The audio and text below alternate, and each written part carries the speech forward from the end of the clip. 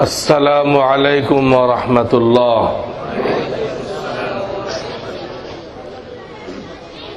الحمد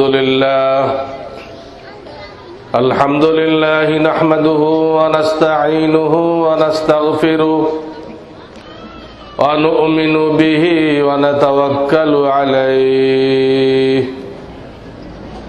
ونعوذ بالله من شرور أنفسنا ومن سيئات أعمالنا من يهده الله فلا مضل له ومن يضلل فلا هادي له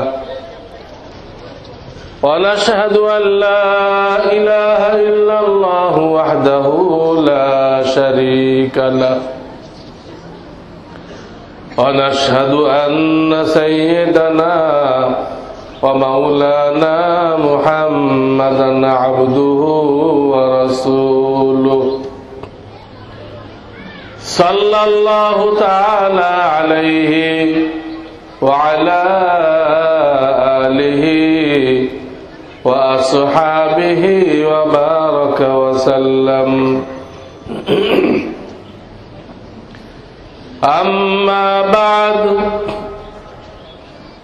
فأعوذ بالله من الشيطان الرجيم. بسم الله الرحمن الرحيم.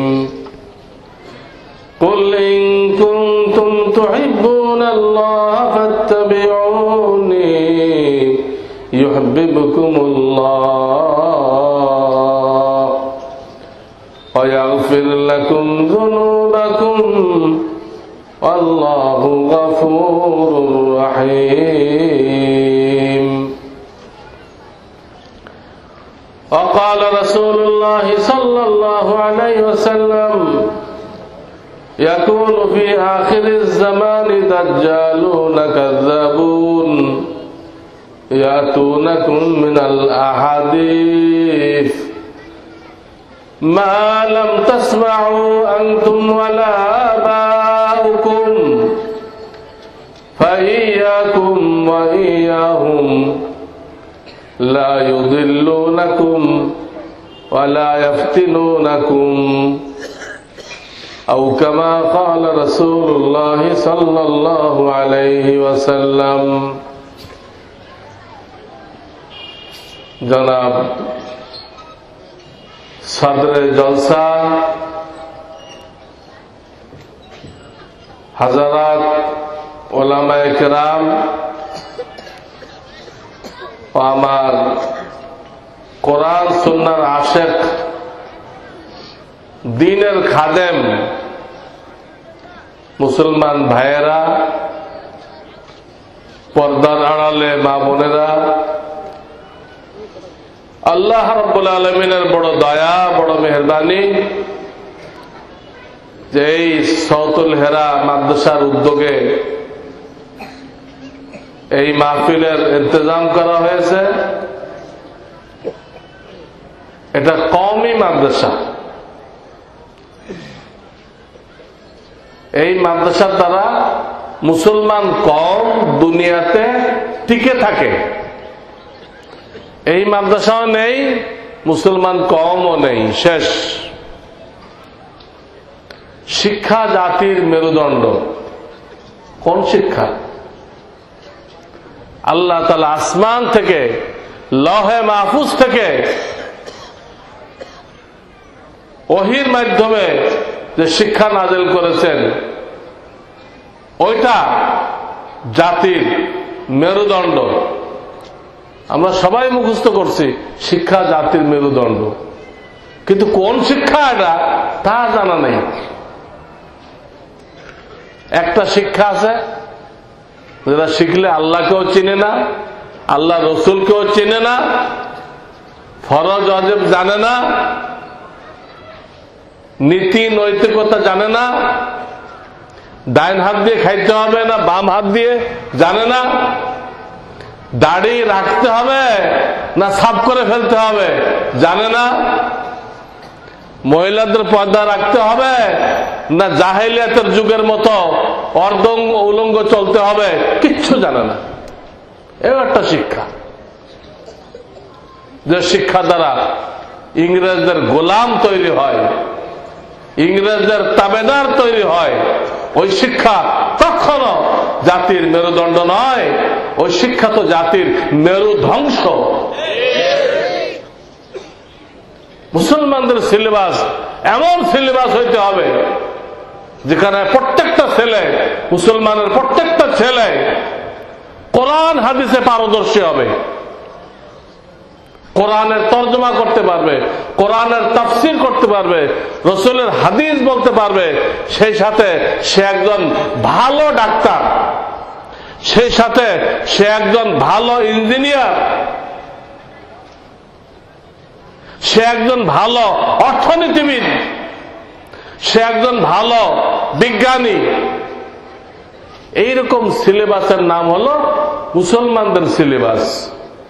এই সিলেবাস আগের যুগে ছিল। সেই সিলেবাস দিয়ে যে ইঞ্জিনিয়ার তৈরি হয়েছিল, তারা যে বিল্ডিং বানাইছে, ওই বিল্ডিং 500 বছরও কিছু হয়নি, 500 বছরে কিছু হয় নাই। আমাদের ইঞ্জিনিয়াররা যা বানায় 100 বছরও যায় না। ওই সিলেবাস দিয়ে যে ডাক্তার হয়েছিল, সেই ডাক্তাররা পরীক্ষা নিরীক্ষা করার জন্য 20,000 টাকা খরচ করাইতো না। তারা আপনার জিহ্বা দেখে, কেউ বৃদ্ধা আঙ্গুলের নখ দেখে ওষুধ দিয়ে দিত, রোগ ভালো হয়ে যেত। ওইটা ছিল মুসলমানদের সিলেবাস।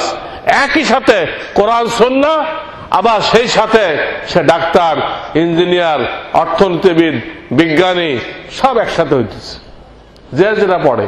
কিন্তু কোরআন হাদিস বাধ্যতামূলক শিখতেই হবে। কোরআন হাদিস শিক্ষা করার পরে সে ডাক্তার হোক, ইঞ্জিনিয়ার হোক, যাওয়া হবে। কিন্তু ইংরেজরা আসে যখন ভারতবর্ষ দখল করল, তখন তারা মুসলমানদের সিলেবাসকে নষ্ট করে দিল। মুসলমানদের সিলেবাসকে কি করে দিল? নষ্ট করে দিল। ডাক্তার ইঞ্জিনিয়ার আলাদা করে দিল। যারা ডাক্তার হবে দিন সম্পর্কে কিচ্ছু জানবে না, বহুত বড় আন্তর্জাতিক খ্যাতি সম্পন্ন মূর্খ,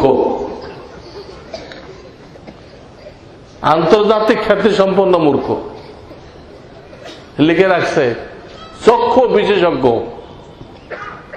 এক ডাক্তার লিখে রাখছে, সব ডাক্তারই লিখছে চক্ষু বিশেষজ্ঞ।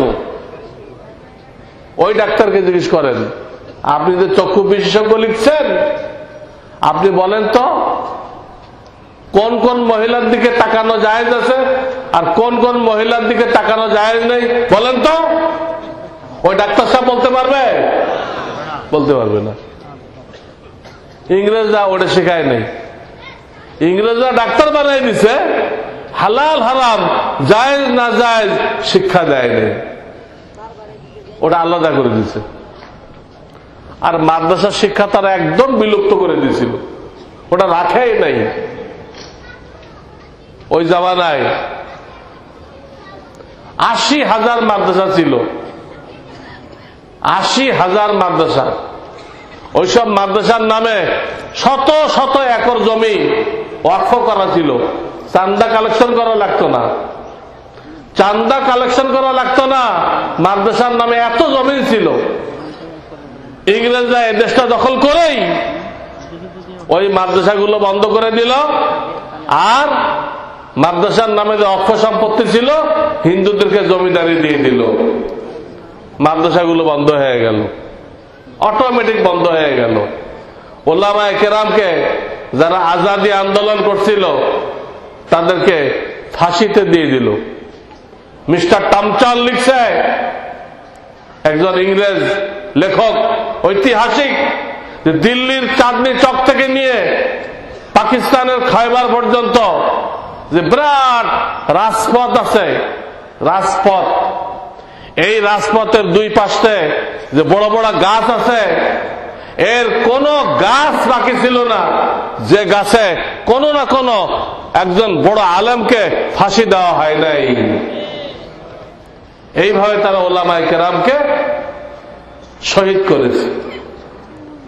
অল্প কিছু উলামায়ে কেরাম রয়ে গেছিল, তারা চিন্তা করল দেশ তো খ্রিস্টানদের হাতে চলে গেছে, সিংহাসন খ্রিস্টানদের হাতে চলে গেছে, হয়তো আল্লাহ একদিন আবার ফেরাই দিবে, কিন্তু ইসলাম রক্ষা করার কি উপায়, ইসলাম কিভাবে রক্ষা করা যাবে, এই চিন্তা করলেন। এই চিন্তা করে ভারতের উত্তর প্রদেশে একটা থানা শহর আছে দেওবন্দ। এই থানা শহরে তারা একটা মাদ্রাসা কায়েম করলেন। এই ইংরেজদের পিরিয়ডে এই প্রথম মাদ্রাসা। তখন মুসলমানরা বড় গরিবী হালাতে ছিল, ইংরেজদের জুলুম অত্যাচারে নিষ্পেষণে তারা একদম আধামরা হয়ে গেছিল। ওই সময় উলামায়ে কেরাম ধনী মুসলমানদেরকে বললেন, ভাই আপনারা যাকাতের টাকাটা মাদ্রাসায় দেন।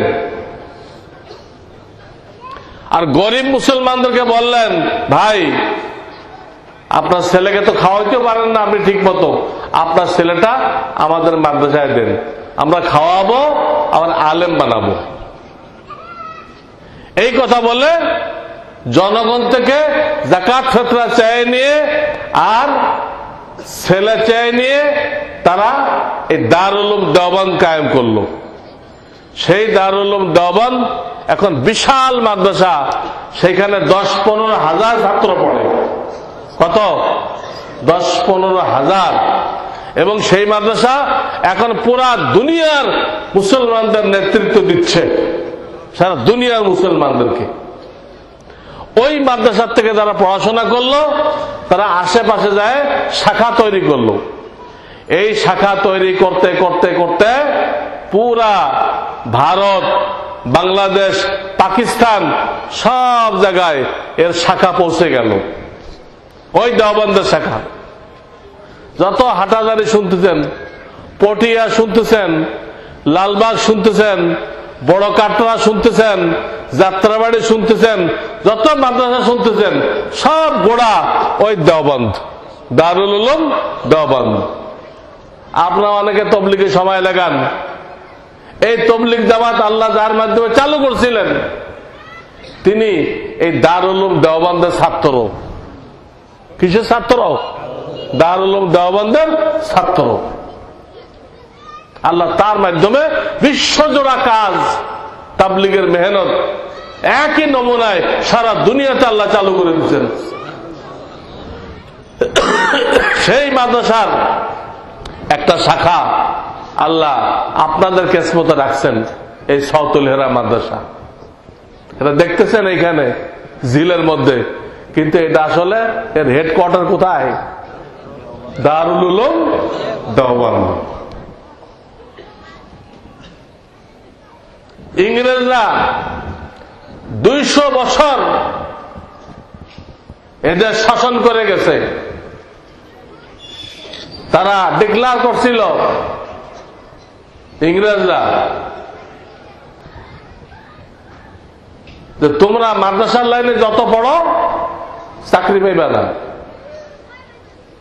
তোমাদেরকে শিক্ষিত বলা হবে না। ইংরেজরা বলছিল কি করতে হবে? তারা তাদের সরকারি পয়সার বিনিময়ে মহল্লায় মহল্লায় স্কুল কলেজ প্রতিষ্ঠা করছিল।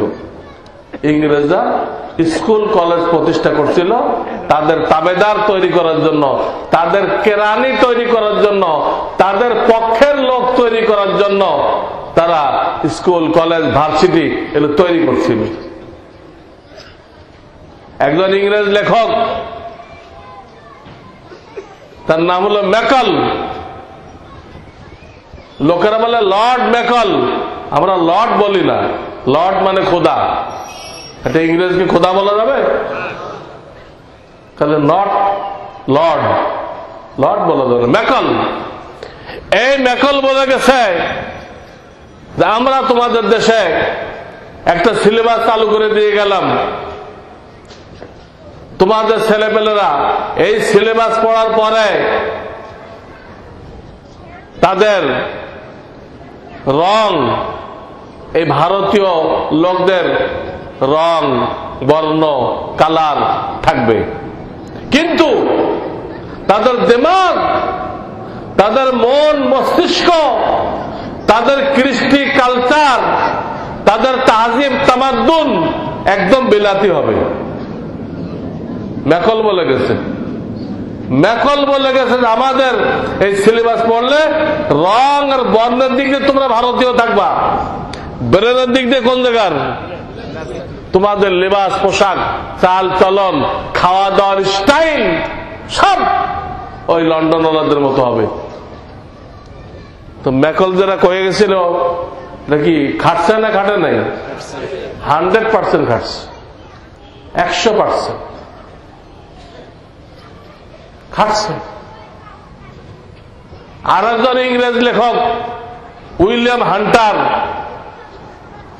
হান্টার সে বলল যে আমরা তোমাদের দেশে একটা সিলেবাস দিয়ে গেলাম, এই সিলেবাস পড়ার পরে তোমাদের ছেলেমেয়েরা তোমাদেরকে নিয়ে উপহাস করবে, তোমাদেরকে নিয়ে ঠাট্টা করবে, বলবে আমার বাপ সেকেলে, মাথার মধ্যে গোবর, কিচ্ছু বোঝে না, কোন আধুনিকতা ছোঁয়াই লাগে নাই আমার বাপের মধ্যে। আমাদের ছেলেমেয়েরা বলে না এইসব কথা? তসলিমা নাসরিন বলে না এই কথা? তসলিমা নাসরিন লেখে নাই যে আমার মা কোন মৌলবীর কথা শুনে গভীর রাত্রে উঠে তাহাজ্জুদ পড়ে আল্লাহর কাছে কান্দে? তার মায়ের কথা লিখছে, গভীর রাত্রে উঠে তাহাজ্জুদ পড়ে আল্লাহর কাছে কান্দে, কিন্তু সে লিখছে আমার মায়ের বেহেশতে যায় কোনো লাভ হবে না। কেন? ওখানে দেখবে ওখানে কয়েকটা মিসকিন তালেব ইলম বসে আছে, আর কেউ নেই। বেহেশতে নাকি কয়েকটা মিসকিন তালেব ইলম বসে আছে, আর কেউ নেই। তারপরে সে গর্ব করে লিখছে, কিন্তু আমি আল্লাহ মানি না, রসুলও মানি না, কিছুই মানি না। আমি যদি কাউকে খোদা মানি তাহলে আমি রবি ঠাকুরকে মানি, আর আমার কোরআন হলো রবি ঠাকুরের সেই কাব্য গীতাঞ্জলি, এই আমার কোরআন। তো সে লিখছে আমি যে আল্লাহ রসুলকে মানলাম না, আমি তো দোজখে যাব, আমি দোজখে যাই সেখানে মহা আনন্দে থাকবো, সেখানে যত চিত্র তারকা আছে সবার সাথে আমার হাসি খুশি লাফালাফি, কত মজ আমি মারবো, কত আনন্দ করব, কিন্তু আর মা তো একদম মনমরা হয়ে পড়ে থাকবে, কয়েকটা তালেব ইলম ছাড়া আর কেউ নেই। এই যে বেহেশতে দোজখ নিয়ে সে ঠাট্টা করলো আর তার মারে বেকুব বানাইলো, দেখি উইলিয়াম হান্টারের কথা ঠিক হয় নাই? আপনার ছেলে মেয়ে হয়তো বলে নাই মুখ ফুটে, কিন্তু তারও মনের মধ্যে এটা আছে, আমার বাপের মাথায় কিচ্ছু নেই, স্ক্রু ঢিলা। তারাই সব বোঝে, তারাই সব বোঝে। কি বুঝে? বাটপারি, বাটপারিতে উস্তাদ। আল্লাহ কাকে বলে, রসুল কাকে বলে, দুনিয়ার জীবনের লক্ষ্য উদ্দেশ্য কি, কিচ্ছু জানে না, কিচ্ছু নেই তাদের সিলেবাসের মধ্যে। ইংরেজরা এগুলো করে গেছে, সেইখান থেকে আজ পর্যন্ত এই কওমি মাদ্রাসাকে ইংরেজরা চলে গেছে। 47-এ পাকিস্তান কায়েম হয়েছিল, 1947-এ, কিন্তু আজ পর্যন্ত কোন সরকার এই কওমি মাদ্রাসাগুলোকে স্বীকৃতি দেয় নাই, ইংরেজরাও দেয় নাই। আর তারপর যে মুসলমান সরকার আসছে, এরাও ইংরেজদের রুহানি আওলাদ ছিল, এরাও কি ছিল? ইংরেজদের রুহানি আওলাদ। এদের জন্ম হয়েছে ইংরেজদের পেটের মধ্যে, ইংরেজদের পেটের মধ্যে জন্ম হয়েছে। স্কুল কলেজ হলো ইংরেজদের পেট, এই জন্য এরাও দেয় নাই, আজ পর্যন্ত দেয় নাই। আজ পর্যন্ত এই মাদ্রাসাগুলোর স্বীকৃতি নিতে হয় জয়েন্ট স্টক কোম্পানি থেকে। আমাকে বুঝান তো, জয়েন্ট স্টক কোম্পানির সাথে এই মাদ্রাসার কি সম্পর্ক? জয়েন্ট স্টক কোম্পানির সাথে এই কওমি মাদ্রাসার কি সম্পর্ক? কিন্তু সরকার এই আইন করে রাখছে। তাহলে বুঝেন সরকারের মাথায় কতটুকু ঘিল্ল আছে। তো ইংরেজ গভর্নমেন্ট এই করে গেছে। ঠিক সেই মুহূর্তে ইংরেজ গভর্নমেন্ট যখন আমাদেরকে শাসন করতেছিল, সেই মুহূর্তে কিছু আলেম ওলামা দেওবন্দ মাদ্রাসা কায়েম করলো। আল্লাহর মেহেরবানি, ইংরেজরা এত চেষ্টা করলো, সেই লন্ডন থেকে জাহাজ ভরে ভরে পাদ্রী আনলো, জাহাজ ভরে ভরে পাদ্রী আনলো এদেশের মুসলমানদেরকে খ্রিস্টান বানানোর জন্য। জাহাজ ভরে ভরে পাদ্রী আনলো। বিভিন্ন নামাজের টাইমে ওই পাদ্রীরা মসজিদে ঢুকে তাদেরকে খ্রিস্টান হওয়ার দাওয়াত দিত। আর গেটের মধ্যে পুলিশ খাড়াই থাকতো। গেটের মধ্যে কি খাড়াই থাকতো? খবরদার কেউ বেরোবেন না, আমাদের পাদ্রী সাহেব যখন লেকচার দেয় ওনার লেকচার শুনে তারপর যাবেন। হুকুমত তাদের, কি করবেন? পুলিশ তাদের। বাধ্য হয়ে মুসলমানদের ওই পাদ্রীর লেকচার শোনা লাগতো। পাদ্রীর লেকচার, তো পাদ্রীর লেকচার দিচ্ছে তোমাদের নবী তো এতিম, তোমাদের নবী কি এতিম, আর আমাদের নবী ঈসা আলাইহিস সালাম উনি আল্লাহর ছেলে। বাইবেলে আছে ওনাকে আল্লাহর ছেলে বলা হয়েছে, কিন্তু এই ছেলের অর্থ ওই জন্ম দেওয়া ছেলে না, এটা হলো কাউকে আদর করে ছেলে বলা হয়। আদর করে কি বলা হয়? ছেলে বলা হয়। যেমন কোরআন শরীফে আছে, ইহুদিরা দাবি করে অকালাতিল ইয়াহুদ নাহনু আবনাউল্লাহ ওয়া আহিব্বাউ। ইহুদিরা দাবি করে আমরা আল্লাহর ছেলে এবং আমরা আল্লাহর বন্ধু। তো ইহুদিরা আল্লাহর ছেলে দাবি করছে, কি আল্লাহর জন্ম দেওয়া ছেলে? এখানে ছেলে কি অর্থে দাবি করছে? আমরা আল্লাহর প্রিয়। তো ইনজিলে ঈসা আলাইহিস সালামকে আল্লাহর বেটা বলা হয়েছে কোন অর্থে? কি আল্লাহ জন্ম দিচ্ছে সেই অর্থে, না আল্লাহর প্রিয় সেই অর্থে? এই অর্থে। তাহলে ওই পাদ্রী সাহেব বয়ান দিচ্ছে তোমাদের নবী হলো এতিম, তোমরাও এতিম, আমাদের নবী আল্লাহর বেটা, আল্লাহ ধনী, আমরাও ধনী, তোমরা সব খ্রিস্টান হয়ে যাও। এই দাওয়াত দিলে জনৈক মুসাল্লি দাঁড়াই গেলেন।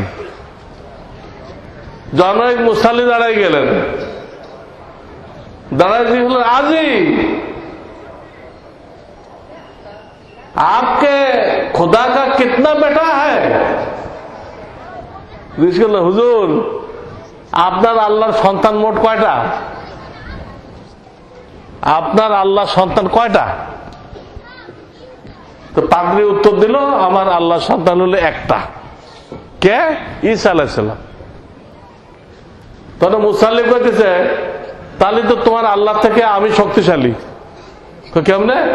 আমার 10টা ছেলে আছে, আমি জন্ম দিছে 10টা, আর তোমার আল্লাহ দিছে একটা, তাহলে কে শক্তিশালী হলো? আর পাদ্রী আর কোন দিশা পাইতেছে না, কি উত্তর দেবে না। পাদ্রীর মুখ কালো হয়ে গেল। এই যে খ্রিস্টানরা জাহাজ ভরে ভরে পাদ্রী আনলো, এই দেওবন্দের আলেম ওলামারা ওই পাদ্রীদের সাথে মোকাবেলা করছে, জায়গায় জায়গায় বহস করছে, পরে পাদ্রীরা ভাইগে চলে গেছে, মুসলমানদের ইমান রক্ষা করছে। দারুল উলুম দেওবন্দের আলেমরা মুসলমানদের ইমান শিক্ষা দিছে, আমল শিক্ষা দিছে, মুসলমানদের ইমান আমল হেফাজত করছে, সংরক্ষণ করছে ওই দারুল উলুম দেওবন্দের শিক্ষকরা। 200 বছর ইংরেজরা এদেশ চালাইছিল, একটা মেয়েকে স্কার্ট পরাইতে পারে নাই, দারুল উলুম দেওবন্দ আর তার শাখা প্রশাখার কারণে যদিও সিংহাসন মুসলমানদের হাতে ছিল না, সিংহাসন খ্রিস্টানদের হাতে চলে গেছিল, কিন্তু এই মাদ্রাসাগুলো কায়েম হওয়ার কারণে, আলেম ওলামা থাকার কারণে খ্রিস্টানরা হাজারো চেষ্টা করে একটা মুসলমান মেয়েকে স্কার্ট পরাইতে পারে নাই, একটা মেয়েকেও পারে নাই। আর এখন মাদ্রাসার সংখ্যা কম হয়ে যাওয়াতে দিদার সে আমাদের মেয়েরা খুশি খুশি স্কার্ট পড়তেছে। তখন তো ইংরেজরা চেষ্টা করেও পারে নাই। আর এখন তাদের সেই বীজ বৃক্ষে ফল আসছে, ইংরেজদের লাগানো বীজ বৃক্ষে ফল আসছে। এখন আমাদের মেয়েরা খুশি খুশি স্কার্ট পড়তেছে। তাদের কাছে সতীত্বের 2 পয়সা দাম নেই। সতীত্বতে কি জিনিস আমাদের মেয়েদের কাছে সে দামটাও শেষ, নাউযুবিল্লাহ মিন যালিক। কিন্তু ওই সময় পারে নাই, ওলামাদের কারণে মুসলমানদের দ্বীন ঈমান হেফাজত হয়ে গেছিল।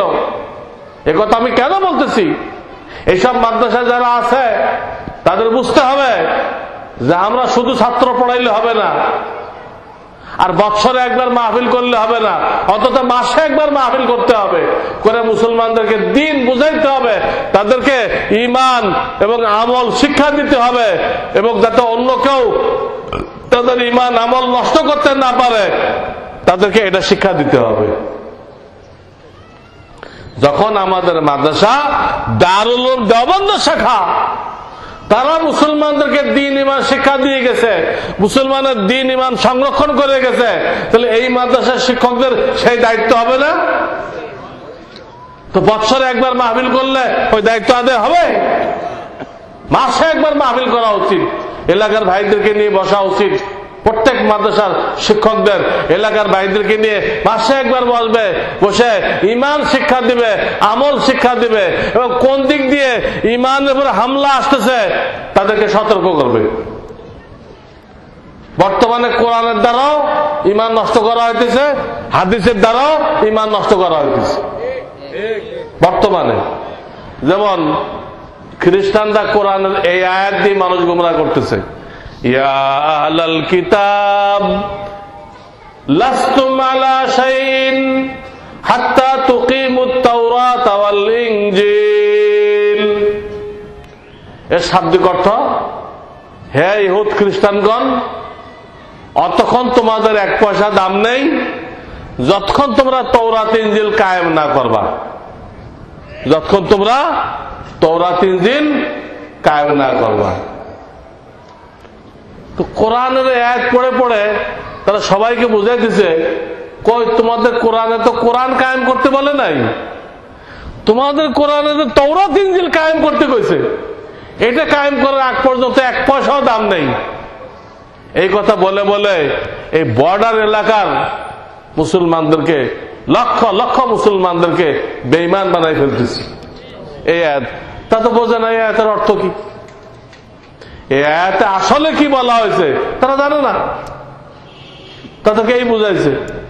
দেখো এই আয়াত আল্লাহ বলতেছে তওরাত ইনজিল কায়েম না করলে তোমাদের কোনো নাজাত নেই, তোমাদের 1 পয়সা দাম নেই, কাজেই তোমরা বাইবেল পড়ো, বাইবেল পড়লে মুক্তি পাইবা।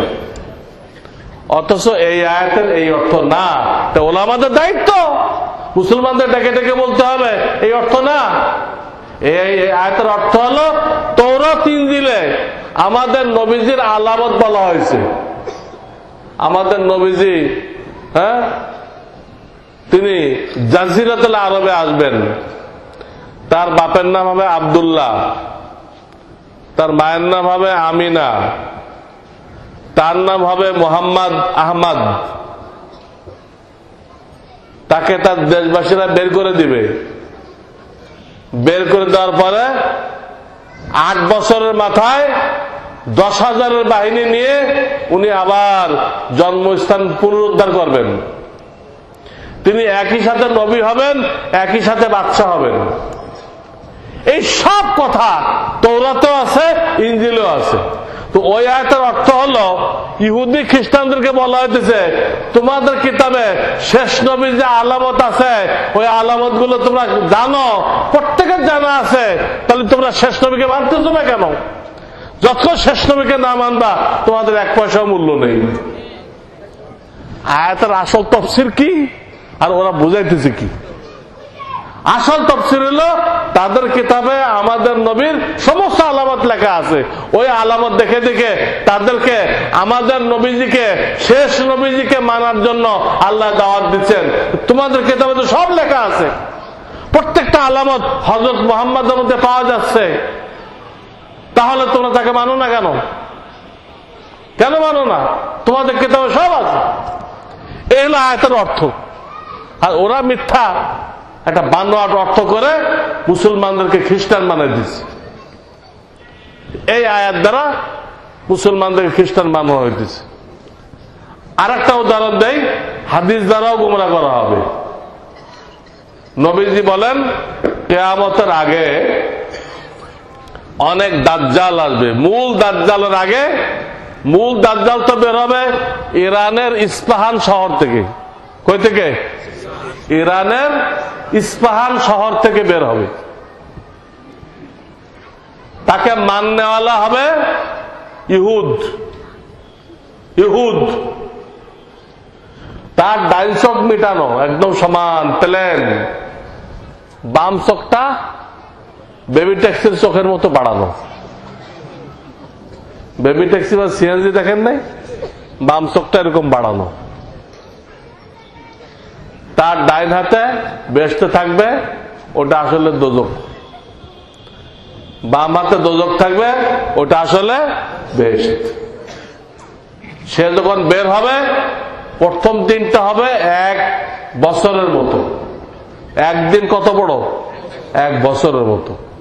ওই একদিনে 1 বছরের নামাজ পড়তে হবে। দ্বিতীয় দিনটা হবে 1 মাসের মতো, এত বড় দিন। ওই একদিনে 1 মাসের নামাজ পড়তে হবে।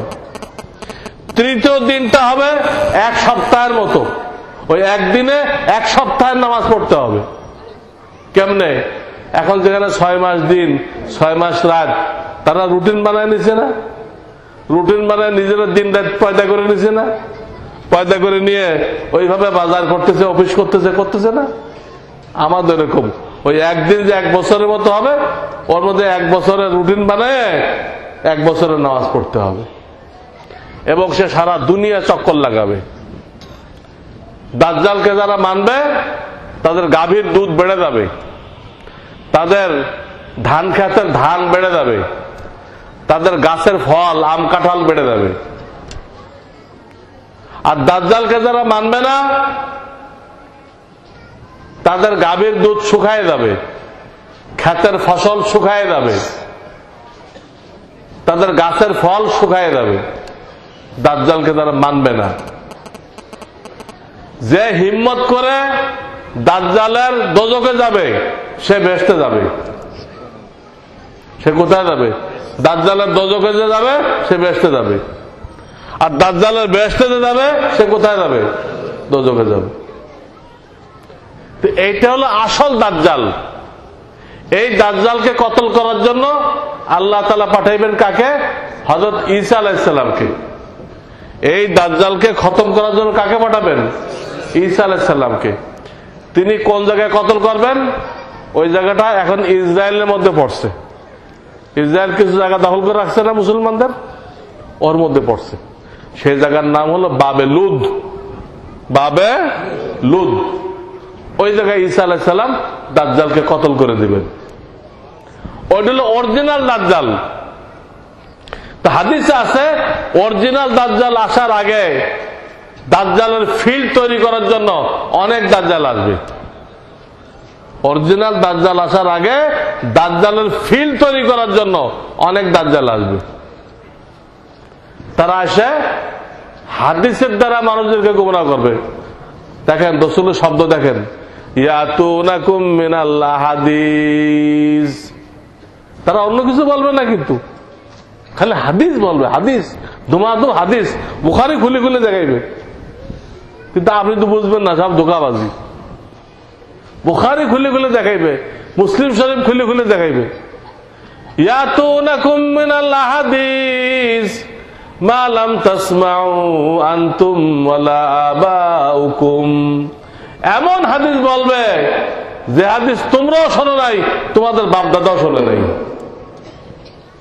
এমন এমন হাদিস শোনাইবে, ওই হাদিস তোমরাও শোনো নাই, তোমাদের বাপ দাদাও শোনে নাই।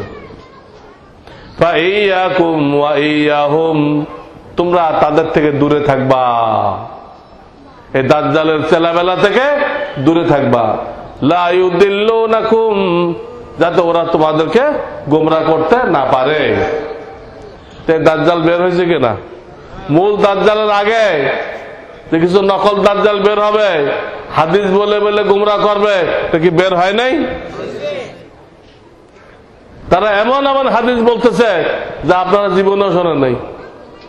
হ্যাঁ, তারা বলতেছে একই দিন যদি জুমা হয় আর ঈদ হয় তাহলে জুমার নামাজ মাফ। এই হাদিস কোথায় পাওয়া গেল ভাই? আমি তো 40 বছর হাদিস পড়াইতেছি, প্রায় 40 বছর আমি হাদিস পড়াইতেছি, বুখারী শরীফ পড়াই আমি। তো একই দিন জুমা হইলে আর ঈদের নামাজ হইলে ঈদ পড়ার কারণে জুমা মাফ হয়ে যাবে, এ তো শুনি নাই। কয়েকদিন আগে জাকির নায়েক এই ফতোয়া দিচ্ছে, এই ফতোয়া দিচ্ছে। এই ধরনের আরো অনেক হাদিস তারা বলতেছে, যেমন মাগরিবের আগে 2 রাকাত নফল পড়তে হবে, মাগরিবের আগে 2 রাকাত নফল পড়তে হবে। এরা আমাদের বাপদাদা শুনছে মাগরিবের আগে নফল পড়তে হবে? কই পাইল? তারপর তারা বলতেছে যে বারবার হাত এরম করতে থাকতে হবে, রফাদাইন। রফাদাইন করতে কে আসলো? এটা ইসলামের শুরু জামানায় ছিল, তখন তারা 360 খোদা ছেড়ে আসছিল। ওই 360 খোদার মোহাব্বত কলবেতে বের করার জন্য হুজুর বারবার হাত তুলতে বলছে। হাত তোলা মানে কি? আল্লাহ ছাড়া যা আছে সব পিছনে ফেলে দাও, আল্লাহ ছাড়া যা আছে সব কি করো। তখন ছিল, তো পরে তো এটা রহিত হয়ে গেছে। এই জন্য এই হাদিসের যিনি বর্ণনাকারী আব্দুল্লাহ ইবনে ওমর, তার থেকে এই হাদিসটা বর্ণিত। তার যত বড় বড় শাগরেদ আছে, মুজাহিদ, আবুল আলিয়া, হ্যাঁ, আব্দুল আজিজ ইবনে হাকিম, এরা সকলে বলছে যে আমরা বৎসরকে বৎসর আমাদের উস্তাদ আব্দুল্লাহ ইবনে ওমরের পিছনে নামাজ পড়ছি, কিন্তু ওনাকে নামাজের শুরুতে ছাড়া মাঝখানে হাত তুলতে আমরা দেখি নাই।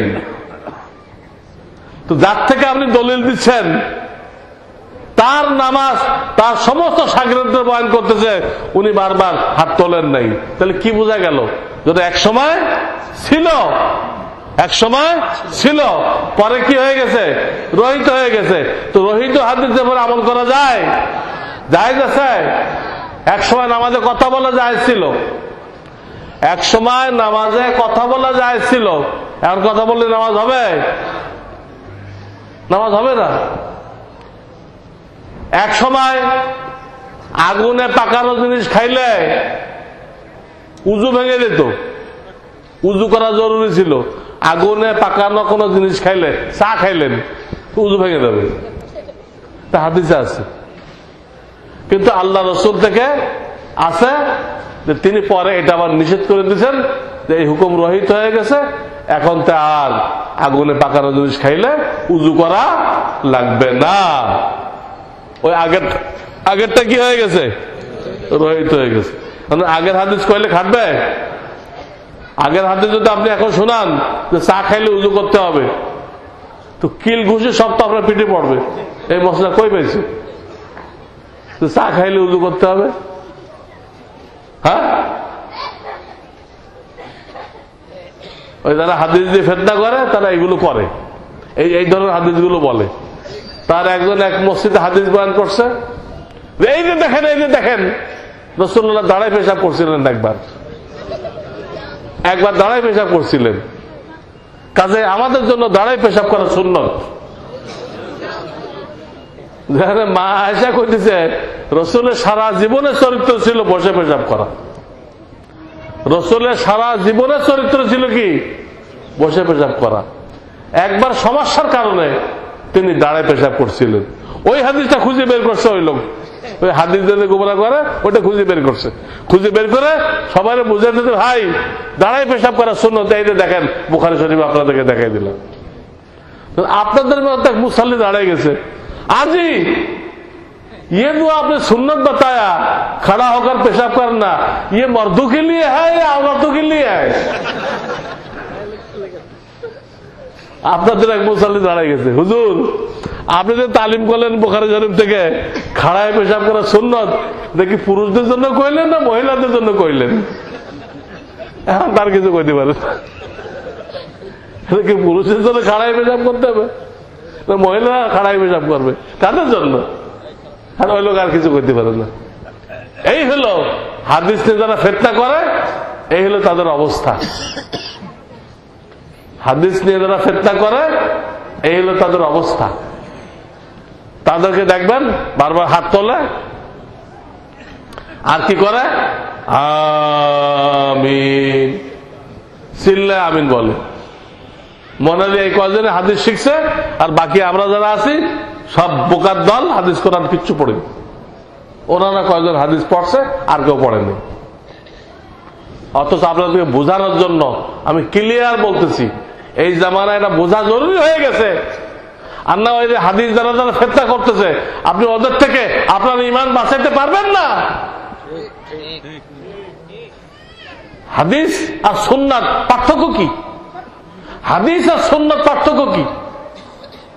হাদিস দুই রকম, একটা হলো নরমাল হাদিস, একটা হলো নরমাল হাদিস, আর একটা হাদিস আছে যেটা সুন্নত হয়ে গেছে। কি হয়ে গেছে? ওটাও কিন্তু হাদিস। একটা হাদিস সুন্নত হয় নাই, আর একটা হাদিস কি হয়েছে? সুন্নত হয়েছে। কোনটা? আপনি যেটা দেখবেন নবীজি সারা জীবন করছে, নবুয়ত পাওয়ার পরে মৃত্যু পর্যন্ত সারা জীবন করছে। খালি করেন নাই, উম্মতকেও করার জন্য তাকিদ করছেন, উম্মতকেও করার জন্য তাকিদ করছেন।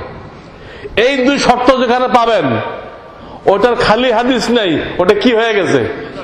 ভালো করে বুঝেন, আর 10 জনকে আপনাকে বুঝাইতে হবে। যে হাদিসটা দেখবেন যে নবীজি সারা জীবন করছেন, একবার দুইবার না, সারা জীবন করছেন, এবং আমাদেরকে করার জন্য তাকিদ করছেন, ওইটা কি? ওই হাদিসটা কি হয়ে গেছে? সুন্নাত। হাদিস এখনো আছে, তো উন্নতি করে কোথায় চলে আসছে? সুন্নত হয়ে গেছে। এটার নাম ওই হাদিস যা সুন্নত হয়ে গেছে।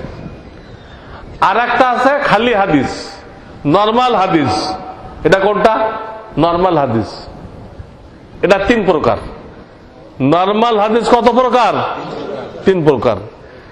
একটা ওই হাদিস যেগুলো রহিত হয়ে গেছে, যেগুলো কি হয়ে গেছে, ওটা কিন্তু হাদিসের কিতাবে আছে, ওকে হাদিস বলতে হবে। হাদিস না বলে উপায় নেই, কিন্তু আল্লাহ রসুল নিজেই মানা করে দিয়েছেন, কিন্তু ওর উপর আমল করা জায়েজ নেই, আমল করা জায়েজ নেই, রহিত হয়ে গেছে।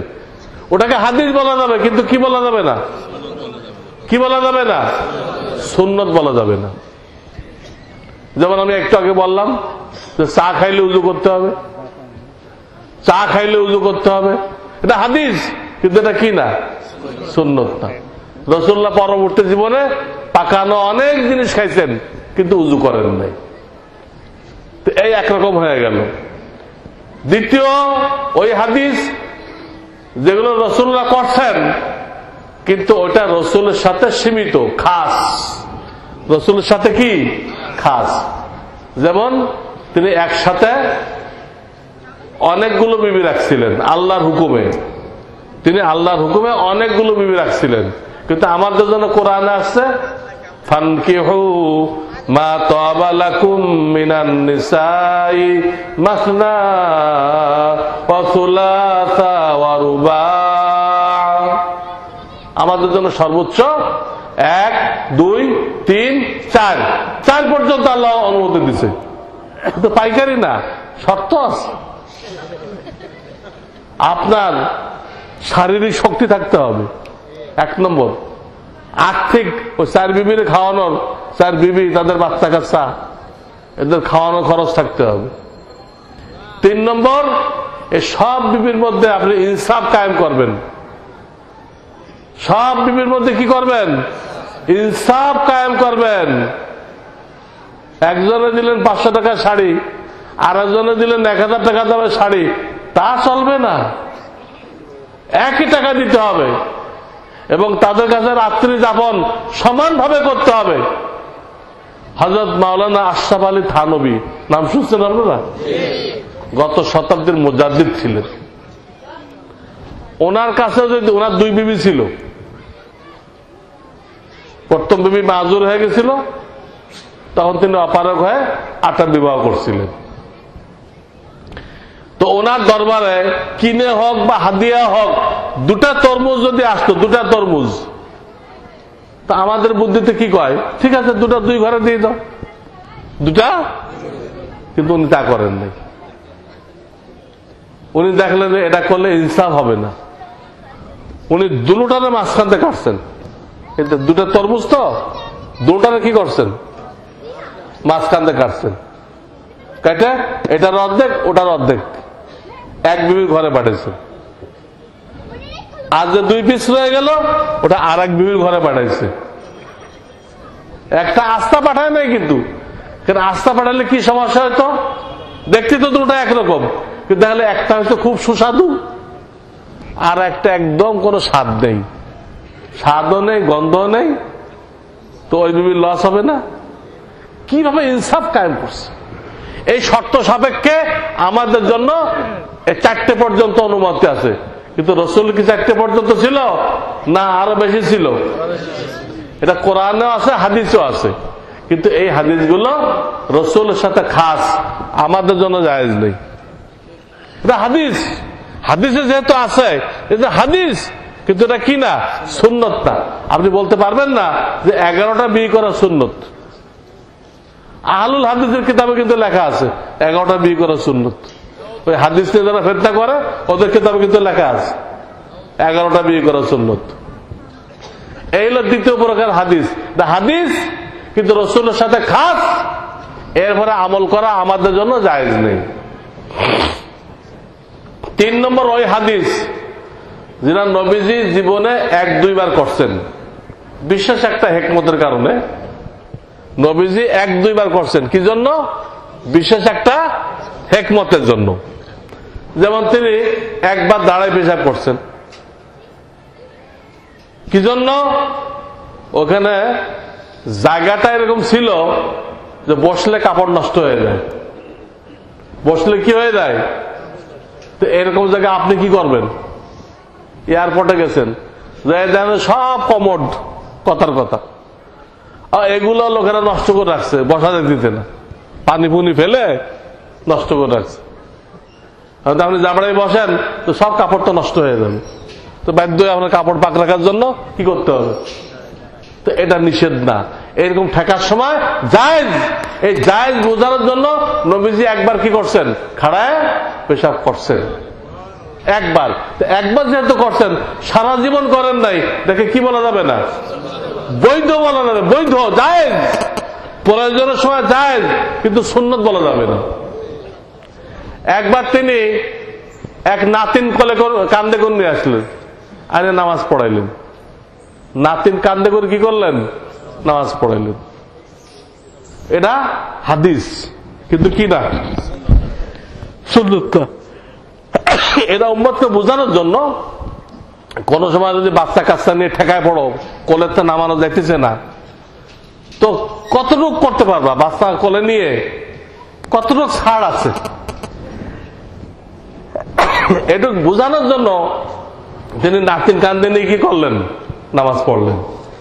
এটা আপনি সুন্নত বলতে পারবেন যে বাচ্চা কান্দে করে নামাজ পড়ানো সুন্নত?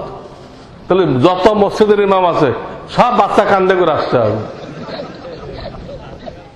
এটা বুখারী শরীফে হাদিস আছে। আর তারা বলে বুখারীর কাছে মানবেন না কেন? তো তুমি মানো না কেন?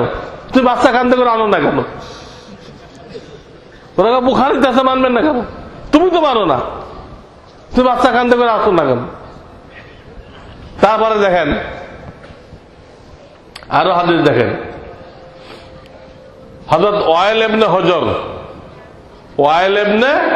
হুজর উনি ইয়ামান থেকে আসছিলেন। উনি বহুত বড় নওয়াবজাদা, ইয়ামান থেকে দ্বীন শিক্ষা করার জন্য মদিনায় আসছিলেন। কোথায় আসছিলেন? ইয়ামান হলো দক্ষিণ দিকে, ইয়ামান হলো মক্কা থেকে কোন দিকে? দক্ষিণ দিকে। আর মদিনা কোন দিকে? মদিনা কোন দিকে? মক্কা থেকে উত্তর দিকে। নবীজি তখন মদিনায়, উনি ইয়ামান থেকে মদিনা আসছেন। উনি বলেন আমি 20 দিন রাসূলের সোহবতে ছিলাম। কয়দিন? রাসূলুল্লাহ নিজের পিছনে ওনার জন্য জায়গা ঠিক করে দিয়েছিলেন। নিজের পিছনে ওনার জন্য কি করছিলেন? জায়গা ঠিক করে দিয়েছিলেন। যেহেতু বিচারা নওয়াবজাদা, শিখে গেলে অনেক কাজ হবে, অনেক প্রচার করতে পারবে, কাছের থেকে যেন সব দেখতে পারে, শিখতে পারে, তাই নবীজি নিজের পিছনে জায়গা ঠিক করে দিয়েছিলেন। তো উনি বলেন, ওনার নাম ওয়াইল ইবনে হুজর। ওনার নাম কি? ওয়াইল ইবনে হুজর। উনি বলেন আমি 20 দিনে 20 ওয়াক্ত পড়লাম আজ থেকে রাতওয়ালা নামাজ, 40 ওয়াক্ত পড়লাম কি আজ থেকে রাতওয়ালা নামাজ, জোহর আসর কয় ওয়াক্ত হয় 20 দিনে? 40 ওয়াক্ত পড়লাম আজ থেকে রাতওয়ালা। আর 60 ওয়াক্ত পড়লাম জোরে কেরাতওয়ালা। 60 ওয়াক্ত পড়লাম কি জোরে কেরাতওয়ালা। তো উনি বলেন ওয়াইল ইবনে হুজর, এই 60 ওয়াক্তের মধ্যে নবীজি সবসময় সূরা ফাতিহার পরে আমিন আসতে বললেন, আমিন আসতে বললেন। সির্ফ 3 ওয়াক্তে হালকা জোরে বললেন, যাতে আমার কানে আসে আর আমি বুঝতে পারি যে ফাতিহার পরে সূরা মিলানোর আগে এটা আমিন পড়তে হয়। উনি তো বিদেশি সাহাবী, সবসময় যদি হুজুর মনে মনে পড়ে তাহলে ওখানে ফাঁকে একটা আমিন রয়ে গেছে, উনি বুঝবে কেমনে? যারা বছরকে বছর আছে তারা তো এমনি শিখে যাবে। উনি আসছে মাত্র কয়েকদিনের জন্য, 20 দিনের জন্য। ওনাকে শিক্ষা দেওয়ার জন্য হুজুরে ফেরে কয় ওয়াক্ত? 3 ওয়াক্ত আমিন হালকা আওয়াজে বললেন। তো উনি নিজেই বলেন, ওই সাহাবী ওয়াইল ইবনে হুজর, যে আমি বুঝতে পারলাম যে এত ওয়াক্ত নামাজ পড়াইলো, সবসময় আস্তে পড়লেন আমিন, মাত্র 3 ওয়াক্ত জোরে পড়লেন, তাহলে বোঝা গেল আমাকে শিক্ষা দেওয়ার জন্য তিনি এটা করছেন। এটা মূল নিয়ম না, এটা আমিন বলার মূল নিয়ম না, এটা আমাকে শিক্ষা দেওয়ার জন্য করছেন। ওমা উরানা ইল্লা লিয়ুআল্লিমুনা, এই হাদিসের শব্দই আমাকে শিক্ষা দেওয়ার জন্য করলেন। এখন আসেন, নবীজি সারা জীবন আমিন বলছেন আস্তে, আমিন বলছেন কি আস্তে। আর একজন বিদেশি সাহাবীকে শিক্ষা দেওয়ার জন্য মাত্র 3 ওয়াক্ত বলছেন কি জোরে। তাহলে কোনটা সুন্নত হবে? 2-1 করলে সুন্নত হয়, সারা জীবনটা সুন্নত হয়? 2-1 তো বৈধ হয়। 2-1 যেটা করে তা বেশি সে বেশি কি হয়? বৈধ হয় না, সুন্নত হয় না। এটা 3 বার বলা কোনো সুন্নত না, খুব বেশি থেকে বেশি বৈধ। সুন্নত কোনটা? আস্তে বলা। আর হাদিস দিয়ে যারা ফিতনা করে তারা চিল্লায় আমিন, মনে তারাই একমাত্র বুখারী পড়ে আছে, আর কেউ এই দেশে বুখারী পড়ে নেই। দেখেন, আমি তাদেরকে বুখারীর নাম জিজ্ঞেস করব। যারা হাদিস দিয়ে ফিতনা করে আর চিল্লায় আমিন বলে, আর 8 টাকার তারাবি পড়ায় সবার সামনে দিয়ে বুক টান টান করে বেরোয় চলে যায়, বুঝায় আমি একমাত্র হকের উপর আছি। আরে 8 টাকার তারাবি কোন হাদিস আছে? 4টে মাযহাব, 4 মাযহাবের ইমাম বলেছেন 4 মাযহাব তারাবি 20 টাকা, তারাবি 20 টাকা। তুমি 8 টাকা কোথায় পাইলা? ওটা তো তাহাজ্জুদের হাদিস। তাহাজ্জুদের হাদিস নিয়ে তুমি তারাবির উপর ফিট করছো, উদ্দুর পিন্ডি বুদ্ধুর গাড়ে লাগাইছো তুমি। এই হাদিস দিয়ে বুক টান টান করে বেরো যেতে। আরে কম বক, যদি তোর বের হয়ে যেতে হয় তুই পিছনে কাতে দাঁড়া, তুই ইমামের পিছনে দাঁড়ায় সব মানুষের ঘাড়ের উপর দিয়ে আত্মঘাত পড়ে যাস কেন? বেটা তুই একা হাদিস বুঝছো, আর আমরা যারা 40 বছর হাদিস পড়াই দিচ্ছে বুখারী শরীফ, আমরা হাদিস বুঝি নাই। এইসব লোক নিয়ে আসেন, ওদেরকে আমি জিজ্ঞেস করবো বুখারী শরীফ পড়ো, আমি খুলে দিব, পড়তে পারবে? ওরা তো বাংলা অনুবাদ পড়ে, ওরা কি বুখারী পড়তে পারবে? বুখারী পড়তে পারবে? বিশ্বাস না এখন নিয়ে আসেন আমার সামনে, এখন নিয়ে আসেন, আমি খুলে দিব। একটা পৃষ্ঠা পড়তে পারবে না, আমি চ্যালেঞ্জ করতেছি, একটা পৃষ্ঠাও পড়তে পারবে না। এই আমিন জোরে বললে হলো না, আর 8 টাকার তাড়াতাড়ি পড়লে হলো না, একটা পৃষ্ঠাও পড়তে পারবে না, চ্যালেঞ্জ করতেছি আমি। আসো, বুখারী শরীফের নাম বলো, বুখারীর নামও বলতে পারবে না। বুখারী শরীফ নামে কোনো কিতাব নেই, বুখারী শরীফ নামে কোনো কিতাব নেই। এটা আমরা নিজেরা বলা বলি করি বুখারী শরীফ, কিন্তু যিনি হাদিসগুলো জমা করছে তিনি কি এই নাম রাখছে? তিনি এই নাম রাখছে? আমরা বলি এটা সহজে বলার জন্য। তিনি নাম রাখছে আল জামে আস সহিহ আল মুসনাদ মিন উমুর রাসূলিল্লাহ সাল্লাল্লাহু আলাইহি সাল্লাম ওয়া সুনানিহি ওয়া আইয়ামিহি, এই হলো কিতাবের নাম। আল জামে আল মুসনাদ আস সহিহ মিন উমুর রাসূলিল্লাহ সাল্লাল্লাহু আলাইহি সাল্লাম ওয়া সুনানিহি ওয়া আইয়ামিহি, এই হলো কিতাবের নাম। যারা চিল্লায় আমিন বলে, বলেন তো তুমি বুখারীর নাম বলো, বুখারীর নাম বলো। বুখারী কোনো কিতাব নেই, বুখারী কোনো কিতাব নেই। ইমাম বুখারী তার কিতাবের নাম বুখারী রাখে নাই, তা আমরা রাখছি, উনি রাখছে নাই। এই জন্য কোরআনের আয়াত দিয়ে ফিতনা করা হইতেছে, মানুষ খ্রিস্টান বানানো হইতেছে, আর হাদিস বলে বলে ফিতনা করা হইতেছে, মানুষকে বিভ্রান্ত করা হইতেছে। আপনারা সতর্ক থাকবেন, দরকার আমাদেরকে নিয়ে আসেন। যারা হাদিস দিয়ে ফিতনা করে তাদেরকে ডাকেন, আমাদেরকেও ডাকেন, বুখারী খুলে নিয়ে ওদের সাথে ফয়সালা হবে। কিন্তু ওদের বিভ্রান্তিকর কথায় কান দিবেন না। আমাদের বাপ দাদা যে আমল করে গেছে হানাফি মাযহাব, এটা গলত ছিল না। আমি বুখারী শরীফ পড়াই, আমি ফতোয়া দেই, আমি মুফতি, ফতোয়া লিখি আমি। আমার লেখা 20-25 খানা বড় বড় কিতাব আছে। ওয়েবসাইট দেখেন, দরসে মানসুর ওয়েবসাইট, আমার কিতাব দেখেন, সারা দুনিয়াতে আমার কিতাব পৌঁছে গেছে।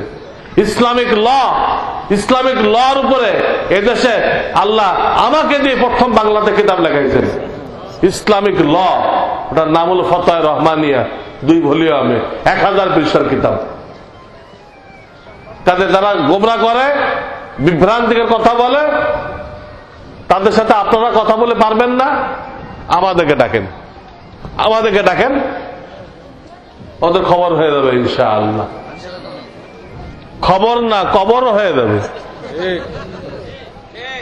ওই বাতিল মতবাদ এই দেশে চলবে না, এটা হানাফি মাযহাবের দেশ। এটা ওদের থেকে আমরা বেশি হাদিস মানলে আল্লাহ, ওরা যেগুলো বাদ হয়ে গেছে ওইগুলো মানে, আর আমরা যেগুলো সুন্নত হয়ে গেছে ওইগুলো মানি। ওইটাই মানার দায়িত্ব। নবী করিম সাল্লাল্লাহু আলাইহি ওয়াসাল্লাম কোন হাদিসে হাদিস মানতে বলে নাই, কোন হাদিসে হাদিস মানতে বলে নাই। নবী করিম সাল্লাল্লাহু আলাইহি ওয়াসাল্লাম সুন্নাত মানতে বলছেন। কি মানতে কইছেন? সুন্নাত। আমি প্রচুর হাদিস শোনাই দিব, যেন সুন্নতের কথা বলছেন, হাদিসের কথা বলেন নাই। আলাইকুম বিসুন্নতি ওয়া সুন্নাতিল খুলাফায়ে রাশিদিন, কি বললেন? সুন্নাত বললেন না, হাদিস কইছেন। মান আহাব্বা সুন্নতি ফাকাদ আহাব্বানি, কি বললেন নবীজি? সুন্নাত। আল মুতামাসসিকু বিসুন্নতি ইনদা ফাসাদে উম্মতি ফালাহু আজরু শাহিদ, কি বললেন? সুন্নাত। এইভাবে আমি হাদিস বলতে থাকবো ইনশাআল্লাহ। আল্লাহ রাসূল সুন্নাত মানতে বলছেন, সুন্নাতকে আঁকড়ে ধরতে বলছেন, কোন জায়গায় হাদিসকে আঁকড়ে ধরতে বলেন নাই। কারণ হাদিস মানসুখ হয়ে গেছে, রহিত হয়ে গেছে, রাসূলের সাথে খাস বা কোনটা রাসূল 1-2 বার করছেন, সেটা সুন্নাত হয় নাই। এই জন্য তিনি হাদিসের উপরে আমল করতে বলেন নাই। যারা বলেন আমি আহলুল হাদিস, আমি হাদিস মানি, একদম গুমরা। তারা এই নামটা পর্যন্ত পাস করছে কই থেকে জানেন? এই নামে কোনো ফেরকা ছিল না। আহলুল হাদিস নামে কোন ফেরকা দুনিয়াতে ছিল না। ইংরেজ গভর্নমেন্ট থেকে তারা এই নামটা পাস করছে। এরা ইংরেজদের পক্ষে ফতোয়া দিত। উলামায়ে দেওবন্দ ইংরেজদের বিরুদ্ধে ফতোয়া দিত যে ইংরেজদের বিরুদ্ধে জিহাদ করে তাদেরকে দেশ থেকে তাড়াই দেওয়া ফরজ। উলামায়ে দেওবন্দ এই ফতোয়া দিত। আর যারা এই নামটা ইংরেজ বাহাদুর থেকে পাস করাইলো তারা বলতো ইংরেজরা আল্লাহর রহমত, এদের বিরুদ্ধে জিহাদ করা হারাম। তারা ইংরেজ গভর্নমেন্টের কাছে চিঠি লিখলো, ইংরেজ গভর্নমেন্টের কাছে, যে আমাদের নাম তো গায়রে মুকাল্লাদ, এই নামে আমাদের কাজ করতে অসুবিধা হয়, লোকেরা আমাদের বেশি একটা পাত্তা দেয় না, কিন্তু এখন থেকে আমাদেরকে আহলুল হাদিস নামে সম্বোধন করা হোক। এই মর্মে একটা চিঠি দিল। সেই লোকের নাম হলো মাওলানা মোহাম্মদ হুসাইন বটালবি। মোহাম্মদ হুসাইন বটালবি এই লোক দরখাস্ত করলে যতগুলো রাজ্য ছিল, যেটা বাঙ্গাল রাজ্য, তারপরে পাঞ্জাব রাজ্য, আর কি অনেকগুলো রাজ্য ছিল না ব্রিটিশ পিরিয়ডে, বোম্বে রাজ্য, প্রত্যেক গভর্নমেন্ট তার চিঠি পাশ করে দিল, হ্যাঁ তোমাদের নাম আহলুল হাদিস। প্রত্যেক গভর্নমেন্টের চিঠির নাম্বার কত আমার এখানে কাগজে লেখা আছে। প্রত্যেক গভর্নমেন্ট যে চিঠি দিল তাকে জবাবে ওই চিঠির নাম্বার কত এখানে লেখা আছে। পাঞ্জাব গভর্নমেন্ট ওনার চিঠির নম্বর 1758। আচ্ছা, সিপি গভর্নমেন্ট তার চিঠির নম্বর 407। ইউপি গভর্নমেন্ট চিঠি নম্বর 386। বোম্বাই গভর্নমেন্ট চিঠি নম্বর 732। মাদ্রাজ গভর্নমেন্ট চিঠি নম্বর 127। বাঙ্গাল গভর্নমেন্ট চিঠি নম্বর 155। এই সবাই চিঠিতে জানাই দিল, তুমি যেহেতু আমাদের দালাল, আমাদের তরফদার, তাহলে তোমার এই চিঠি মঞ্জুর করা হলো, তোমার নাম দেওয়া হলো আহলুল হাদিস। এর আগে এই নামে কোন ফেরকা নেই। তার দলিল কি? চারো মাযহাবের কিতাব শুরু থেকে এই পর্যন্ত পাইবেন আপনি। চারো মাযহাব দুনিয়াতে চালু আছে, সব মাযহাবের হাদিসের কিতাব, ফিকহের কিতাব, তাফসীরের কিতাব আদি যুগ থেকে এই পর্যন্ত চালু আছে। কিন্তু আহলুল হাদিস যারা নাম দাবি করে, এদের হাদিসের কিতাব কোনটা? এদের ফিকহের কিতাব কোনটা? এদের তাফসীরের কিতাব কোনটা? জিজ্ঞেস করেন। তোমরা এই 1300 বছর মধ্যে তাফসীরের কোন কিতাব লিখছো? হাদিসের কোন কিতাব লিখছো? ফিকহের কোন কিতাব লিখছো? কোন কিতাব নেই। এদের জন্মই তো হয়েছে ইংরেজ পিরিয়ডে। এই কথাগুলো কেন বললাম ভাই? ইতিহাস শোনার উদ্দেশ্য না। আল্লাহ রসুল বলে গেছে, বনী ইসরাইল 72 ফেরকা হয়েছিল, আমার উম্মত 73 ফেরকা হবে। বনী ইসরাইল 72 ফেরকা হয়েছিল, আমার উম্মত কত হবে? 73 ফেরকা হবে। এর মধ্যে একটা মাত্র ফেরকা বেহেশতে যাবে আর 72টা দোজখে যাবে। কাজে যদি আমরা সচেতন না হই, সতর্ক না হই, হক্কানি ওলামায়ে কেরামের সাথে উঠা বসা না করি, তাহলে আশঙ্কা আছে আমরা কোনটার মধ্যে পড়ে যাব? ওই 72টার মধ্যে পড়ে যাব। অত বোকা বেকুবের মতো চললে হবে না, খোঁজখবর রাখতে হবে। এক মৌলবী এটা বলে দিল আর আপনি এটা বিশ্বাস করলেন, হবে না। 10 মৌলবী কি কয়? বড় বড় মাদ্রাসা থেকে কি বলে? বড় বড় মাদ্রাসার মুফতি সাহেবরা কি বলে? বড় বড় মাদ্রাসার শাইখুল হাদিসরা কি বলে? তাদেরকে আনেন, তাদেরকে দিয়ে ওয়াজ করান, তাহলে আপনি সহি দিন পাবেন, সহি দিন পাবেন। ওই 72 ফেরকার মধ্যে পড়বেন না ইনশাআল্লাহ। একটা ফেরকাতে বেহেশতে যাবে, ওই ফেরকার মধ্যে পড়বেন। আমরা কি রাজি আছি ওই ফেরকায় পড়ার জন্য? আল্লাহ আমাদের সবাইকে কবুল করুক। 72 ফেরকা থেকে আল্লাহ আমাদের সকলকে ইবাদত করুক। তো বর্তমান জামানার ফিতনা সম্পর্কে দুই একটা কথা আপনাদেরকে বললাম। এখন আমি আপনাদের সম্পর্কে খুব সংক্ষেপে 2-4টা কথা বলবো, মা বোনদের সম্পর্কে কিছু কথা বলবো, আপনাদের ছেলেদের সম্পর্কে কিছু কথা বলবো। 3টা বিষয়ের উপরে খুব সংক্ষেপে কিছু কথা বলবো। এখন বাজে কত? 11টা। মোটামুটি ধরেন এই তিনটা বিষয় আমি আধা ঘন্টা সময় নিব, আপনারা রাজি আছেন কিনা? তিনটা বিষয় বলার জন্য আধা ঘন্টা সময় যদি আপনারা দেন, আমি টাচ দিব। কি করব? ব্যাখ্যা তো দেওয়া যাবে না, টাচ দেওয়া যাবে। আপনাদের সম্পর্কে যারা বলবো, আল্লাহ তাআলা কোরআনে কারিমের সূরা বাকারার 177 নম্বর আয়াতে বলেছেন 5টা বিষয়ের এলেম অর্জন করা ফরজে আইন। কয়টা? 5টা বিষয়ের এলেম অর্জন করা ফরজে আইন। আর মাওলানা মুফতি শাইখুল হাদিস হওয়া ফরজে কিফায়া। মাওলানা মুফতি শাইখুল হাদিস হওয়া কি? ফরজে কিফায়া। কিন্তু 5টা বিষয়ের এলেম অর্জন করা পুরুষের জন্য লাগবে, মহিলাদের জন্য লাগবে, সবার জন্য ফরজে আইন। কি? 1 নম্বর গোনেন, ঈমান শিক্ষা করা। আমাদের কাছে আছে পৈতৃক ঈমান, পৈতৃক সূত্রে পাওয়া ঈমান আছে। ওই ঈমান মানুষকে গুনাহ থেকে বাঁচায় না। ওই ঈমান খ্রিস্টানরা 1 লাখ টাকা দিলে বিক্রি হয়ে যায়। পৈতৃক সূত্রে ঈমান যেটা 1 লাখ টাকা দিলে বিক্রি হয়ে যায়, সে খ্রিস্টান হয়ে যায়।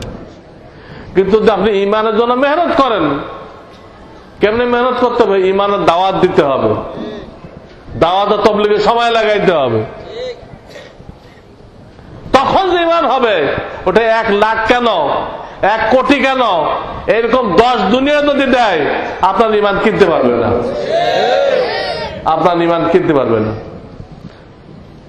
ফেরাউন 70,000 জাদুকর ছিল, জানেন?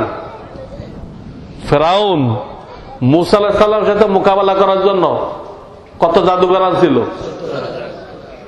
তারা কি পারছিল মোকাবেলা করে? পারে নাই। ওই কিসা বলার টাইম নেই, একটা কথা বলবো খালি।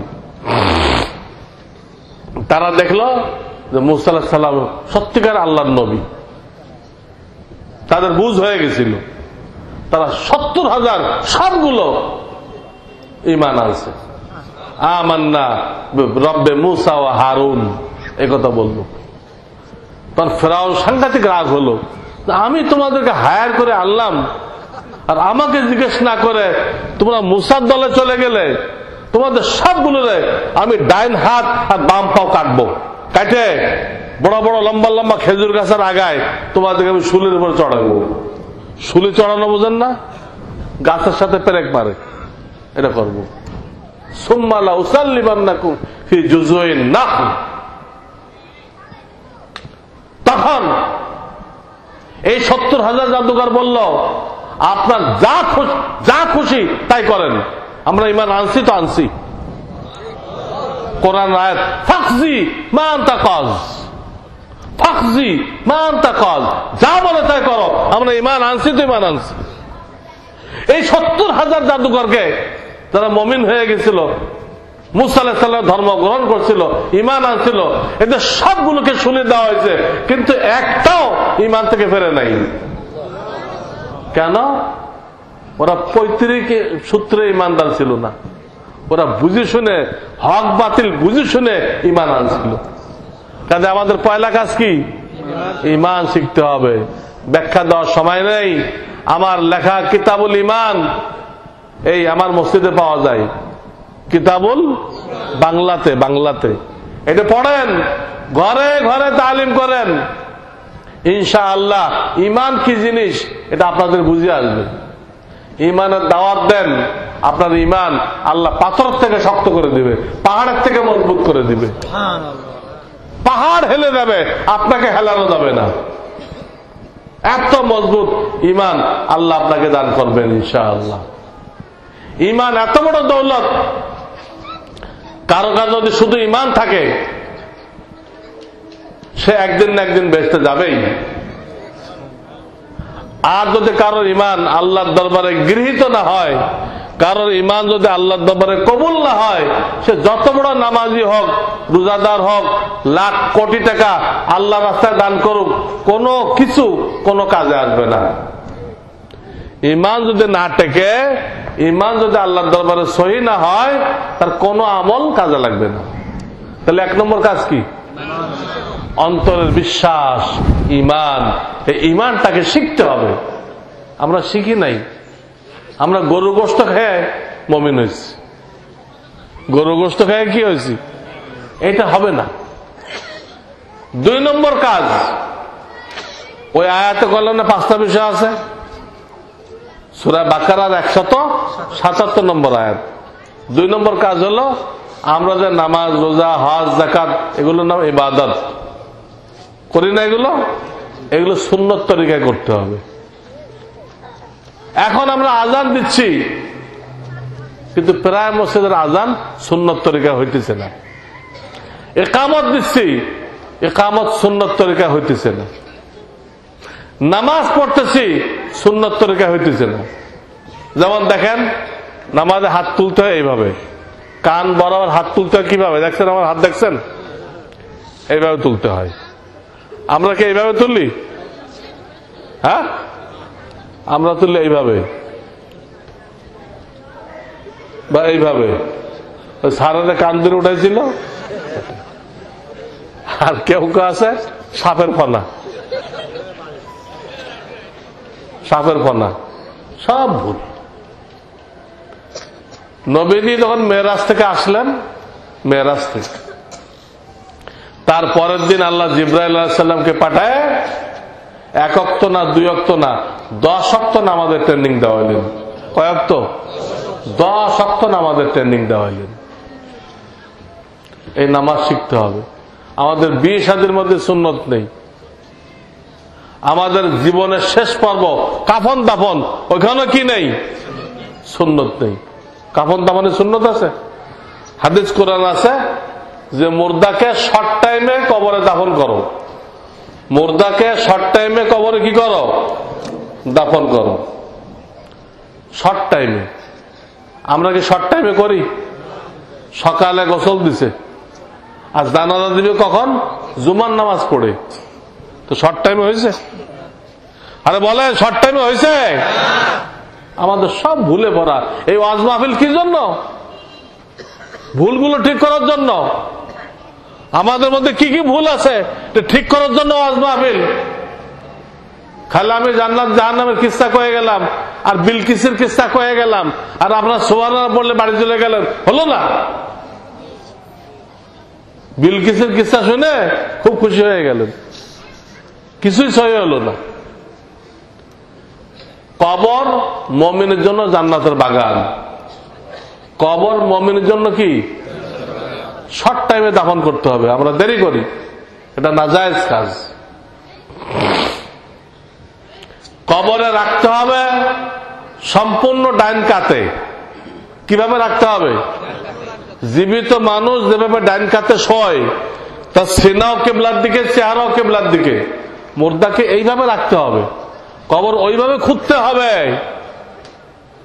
কিন্তু আমরা কি করতেছি? মুখে বলতেছি বিসমিল্লাহি আলা মিল্লাতে রাসূলিল্লাহ, তোমাকে আল্লাহর নামের উপরে, রসুলের তরিকার উপরে শোয়াইলাম, বলতেছি না মুখে? কিন্তু শোয়াইতেছে কিভাবে? সিনা আকাশের দিকে। সিনা কোন দিকে? আকাশের দিকে। আর মুখটার একটু মোড়ায় কিবলার দিকে দিচ্ছে। তো এটা কি রসুলের তরিকা নাকি? এটা কোন হাদিসে আছে? এটা আমাদের মূর্খতার তরিকা, মূর্খতার তরিকা এটা। হোল বডি, সম্পূর্ণ বডি কোন দিক থাকতে হবে? কিবলার দিক থাকতে হবে। সিনার মধ্যে কলব আছে, সিনার মধ্যে কি আছে? কলব আছে, কলবের মধ্যে ঈমান আছে। এই সিনা কোন দিক দিতে হবে? কিবলার দিকে। আমরা দিচ্ছি না। মুনকার নকির কি বুঝলো? যে এই লোকের সাথে রসুলের সুন্নতের কোন সম্পর্ক ছিল না। এই বুঝবে না? মুনকার নকির কি বুঝবে? যে এই লোকের সাথে নবীর সুন্নতের কোন সম্পর্ক নেই। 3 নম্বর, আমরা মুর্দারের জন্য খতম পড়াই না?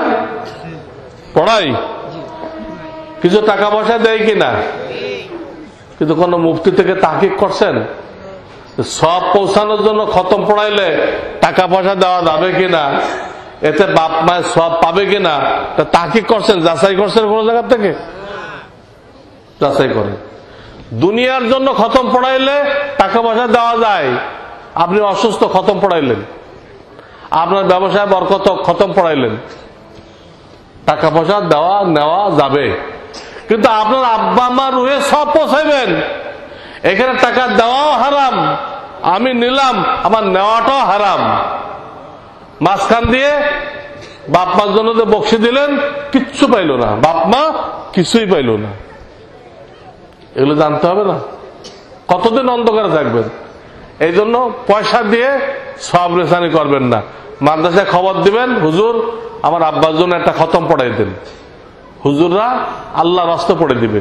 মাদ্রাসার হেফজোখানায় প্রত্যেক দিন খতম হয়, প্রত্যেক দিন খতম হইতেছে, আপনি খালি বাপের নামটা লেখাই দিয়ে আসবেন, ওনারা পড়ে দিবে। আপনার যে পয়সা খরচ করতে হয়, আলাদা পয়সা খরচ করবেন, পয়সা দিবেন, যে রসিদ নিয়ে যাবেন, যে পড়বে সে নিবে না, যারা খতম পড়বে তারা টাকা নিবে না। আপনার কিছু দান করতে মনে চায় বাপমার জন্য, তা আলাদা রসিদ কাটাই দিবেন, লিল্লা মোটিকে দিবেন, দেন। খতম পড়লে আল্লাহদের কোন বিনিময় দিলে সব ক্যান্সেল হয়ে যায়। তাহলে 2 নম্বর কি ছিল? ইবাদত বন্দেগী সুন্নত মোতাবেক করতে হবে। 3 নম্বর হলো রিজিক হালাল রাখতে হবে। 3 নম্বর কি? রিজিক হালাল রাখতে হবে। আমাদের অনেকের বাপ মরে গেছে না, গেছে? বন্ধেরকে কি মেরাজ দিছি? তাহলে বন্ধেরটা খাইতেছি না আমরা? বন্ধেরকে মেরাজ না দিয়ে খাইতেছি, এটা কি রিজিক হালাল হইতেছে? হলো না। আমরা অধিকাংশ বিবাহিত স্ত্রীদেরকে কি মোহর দিছি? স্ত্রীরা মোহর পাও না, এবং প্রত্যেক মাসে একটা হাত খরচ পাও না। যদি আপনার তৌফিক ভালো থাকে 1000 টাকা দেন, তৌফিক কম 100-200 টাকা দেন, একটা হাত খরচ দিতে হবে। আল্লাহ তাদেরকে কামাই রোজগার করতে কয় নাই, তাদেরকে আল্লাহ কেন বানাইছে আমি বলতেছি, হাত খরচ দিতে হবে। তো এই যে আমরা মোহর দিই নাই, এতেও কিন্তু আমাদের রিজিক হালাল হইতেছে না। আমরা ব্যবসা বাণিজ্য করি, এর মশলা কারোর থেকে শিখছি? ব্যবসার মশলা শিখছি? শিখি নাই। যারা চাকরি করি, চাকরির মশলা কারো কাছে শিখছি? যারা দেশে জমিন চাষ করি, জমিনের মশলা শিখছি কারো কাছ থেকে? জমিন বন্ধক রেখে ফসল খাওয়া, সুদ খাওয়া। জমিন বন্ধক রেখে ফসল খাওয়া, কি খাওয়া? সুদ খাওয়া। আমরা খাইতেছি। যারা ধনী হয়েছে এইভাবে ধনী হয়েছে, নাউযুবিল্লাহ মিন যালিক। দেশটানি 2000, হালাল না হারাম? হারাম। বহু মৌলবীর এই লাইন ধরছে আর শেয়ার বাজার দেয়। এই জন্য আল্লাহর গজব বেশি করে পড়ছে এবার। টুপিওয়ালারা হারামের মধ্যে লাইন দিছে, টুপিওয়ালারা গজব আল্লাহ বেশি করে দিছে। সব হারাম। এদেশে কোন ইসলামী ব্যাংক এখনো হয় নাই, নাম কে আসতে, নাম কে আসতে, কোন ইসলামী বিমা এখনো হয় নাই। পাবলিকদেরকে ধোঁকা দেওয়া হচ্ছে। 4 নম্বর, বাপ মা, স্ত্রী, ছেলে মেয়ে, ভাই ব্রাদার, পাড়া প্রতিবেশী, এদেরকে কার কি হক আছে এই হক আদায় করা। 4 নম্বরটা কি? এক কথা বান্দার হক। 4 নম্বর কি? বান্দার হক। আমরা কি বাপ মার বেঁচে থাকলে 14টা হক, মরে গেলে আর 14টা হক জানি? জানি তো কেমনে আদায় করবো? আরে শর্ট টাইমে আমি কেমনে বলবো 14টা হক? স্ত্রীর 10টা হক, স্ত্রীর 10টা হক। স্ত্রীকে আল্লাহর দ্বীন শিখাইতে হবে, আল্লাহ আল্লাহ বানাইতে হবে। আমরা কি স্ত্রীকে দ্বীন শিখাই? পর্দায় রাখার ব্যবস্থা করি? করি না। আমরা স্ত্রীর হক নষ্ট করতেছি। স্ত্রীকে দিয়ে বাচ্চাদেরকে পাঠাই কিনা স্কুলে? স্কুলে পাঠানো কি বিবির দায়িত্ব? বাচ্চাদেরকে স্কুলে পাঠানো না স্বামীর দায়িত্ব? স্বামী নিজে যাবে না চাকর দিয়ে পাঠাবে, কিন্তু মা বোনদের দায়িত্ব না এটা। ওই দায়িত্ব তারা নষ্ট হয়েছে। সারাদিন আজে বাজে গল্প, গীবত, শিকায়াত, এই ছাড়া আর কোন চাকরি আছে সেখানে? এই তো এই হক গুলো জানতে হবে, কার কি হক। এবং কাউকে কষ্ট দেওয়া যাবে না অযথা, অযথা কাউকে কষ্ট দেওয়া যাবে না। আল্লাহ রাসূল বলেন মুসলমান টাইটেল তাকে দেওয়া যাবে যার দ্বারা অযথা কেউ কোনো কষ্ট পায় না। যার দ্বারা মানুষটা কষ্ট পায়, সে হাজি হোক, গাজী হোক, পীর হোক, পয়গম্বর হোক, তাহাজ্জুদ গুজার হোক, সে মুসলমান হইতে পারবে না। যার দ্বারা মানুষ অযথা কষ্ট পায়, দুর্ব্যবহার করে, মানুষ সাথে কি করে, পাওনা টাকা চাইতে গেছেন, আপনার বকা দেয়, এটা হলো হক আদায় করা এবং কাউকে কষ্ট না দেওয়া, এটা হলো 4 নম্বর। আর 5 নম্বর হলো জন্মগত ভাবে আমাদের অন্তরে 10টা রোগ আছে। কয়টা? অন্তরের ব্যাধি কয়টা? 10টা। শরীরের রোগের চিকিৎসা করা সুন্নত, কিন্তু অন্তরের রোগের চিকিৎসা করা, যেমন রাগের চোটে অনেক মানুষ চুল দাড়ি সাদা হয়ে গেছে, বুড়া বয়সে যায় বউরে 3 তালাক দেয়। যে বিচারি সারাটা জীবন খেদমত করলো, বাপ মা ছেড়ে এর জন্য নিজেকে ওয়াকফ করে দিল, তারে বুড়া বয়সে 3 তালাক দিয়ে দিল। কত বড় জালেম, কত বড় জালেম! কি জন্য? ওই রাগ কন্ট্রোল করা শেখে নাই। এটা যে রোগ, এটা যে পীর মাশায়েখদের কাছে কন্ট্রোল করা শিখতে হয়, কন্ট্রোল করা শেখে নাই। তাই হঠাৎ রাগ হয়ে যায়, যাত্রার পর রাগ হয়ে যায়, কিলঘুষিও খায়, রাগও হয়, কিলঘুষিও খায়। যদি চিকিৎসা করাইতো তাহলে সে হইতো না। লোভ লালসা, হিংসা বিদ্বেষ, অহংকার, রিয়া মানে লোক দেখানো, নেক কাজ করে অ্যাডভার্টাইজ করা, এরকম 10টা রোগ আছে। এই রোগগুলো চিকিৎসা করা কি ফরজে আইন। এর জন্য আল্লাহ হক্কানি পীর মাশায়েখদেরকে রাখছেন, তাবিজ দেওয়ার জন্য না। যাত্রার কাজ যাবেন না, এখন তো সব ভণ্ড বেশি, 99 হলো ভণ্ড আর একজন আল্লাহওয়ালা। আপনার যাত্রাবাড়ির প্রিন্সিপাল মাহমুদুল হাসান সাহেব, উনি হক্কানি পীর, তার কাছে যান। বসুন্ধরার মুফতি আব্দুর রহমান সাহেব, বাড়িদারা বসুন্ধরা, উনি হক্কানি পীর, এনাদের কাছে যান। 5টা হয়ে গেছে। আবার বলেন, ঈমান শিক্ষা করা, ইবাদত বন্দেগী সুন্নত মোতাবেক করা, রিজিক হালাল রাখা, বান্দার হক আদায় করা, আত্মশুদ্ধি করা, এই 5টা বিষয়ের এলেম অর্জন করা ফরজে আইন। যদি কেউ বিস্তারিত জানতে চান, আমার লেখা ইসলামী জিন্দেগি নামক বইটা পড়ে নেবেন। আল্লাহ বেশি কিছু দেন নাই, 5টা বিষয়। জীবন পার হয়ে গেল, এত ওয়াজ শুনলেন, কিন্তু বলতে পারবেন না কতটুকু এলেম শিক্ষা করা ফরজে আইন। এখন হয়তো পারবেন, কিন্তু আগে পরীক্ষা নিলে পারতেন বলতে। কি হল? এই 5টা বিষয় আপনাদের জন্য বললাম। মা বোনদের জন্য বলতেছি, আপনাদেরকে আল্লাহ কি জন্য সৃষ্টি করেছেন? আল্লাহ রসুল আপনাদেরকে কয়েকটা কাজ দিচ্ছেন, এই কাজগুলো করলে আল্লাহ রসুল বলে গেছেন আপনাদের জন্য 8 প্রকার বেহেশতের দরজা খুলে দেওয়া হবে, যেটাতে মনে চায় ঢুকে যাবেন। 1 নম্বর ঈমান ঠিক করা, মানে ঈমান শিক্ষা করা। 1 নম্বর কি? মা বোনদের জন্য বলতেছি। 2 নম্বর নামাজ রোজা সুন্নত তরিকায় করা, নামাজ রোজা। 3 নম্বর স্বামীর বৈধ হুকুম মান্য করা, স্বামীর বৈধ হুকুম মান্য করা। 4 নম্বর স্বামীর সংসারের মাল দৌলতের হেফাজত করা, 4 নম্বর। 5 নম্বর নিজেকে পর্দায় রাখা, যাদের সাথে দেখা দেওয়া হারাম তাদের সাথে দেখা না দেওয়া, চাচাতো ভাই, ফুফাতো ভাই, খালাতো ভাই, খালু,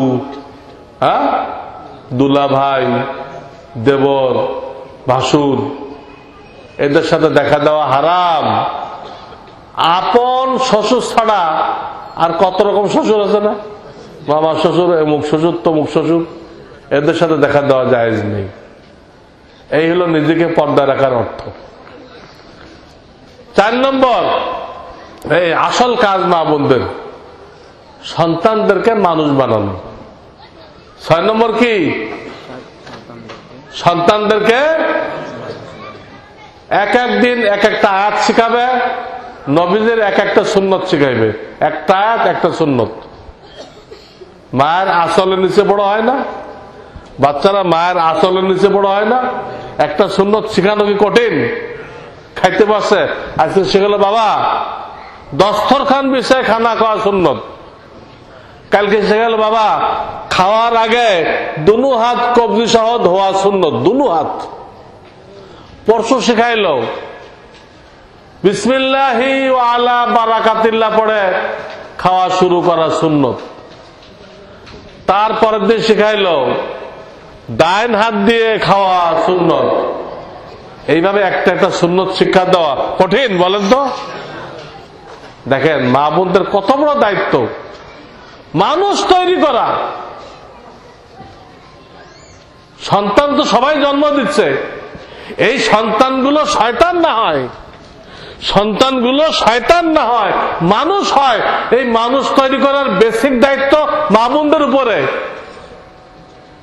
সন্তানগুলোকে মানুষ তৈরি করার মৌলিক দায়িত্ব কার উপরে?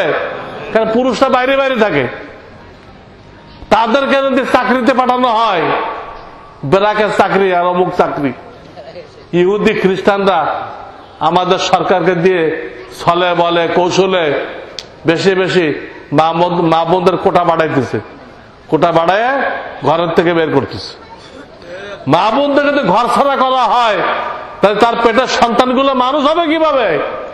কাজের বুয়ার কাছে মানুষ হবে না হেরোইন খোর হবে? পরে বাপরে পিস্তল দিয়ে গুলি করবে আর মারে বটি দিয়ে জবাই করবে। ঠিক না বেঠিক? মা বোনদের গুরু দায়িত্ব মানুষ বানানো। তারা দায়িত্ব পালন করলে দুনিয়া ব্যস্ত হয়ে যাবে। কোনো চোর থাকবে না, কোনো হাইজ্যাকার থাকবে না, কোনো ডাকাত থাকবে না। মা বোনরা যদি দায়িত্ব পালন করে দুনিয়া ব্যস্ত হয়ে যাবে।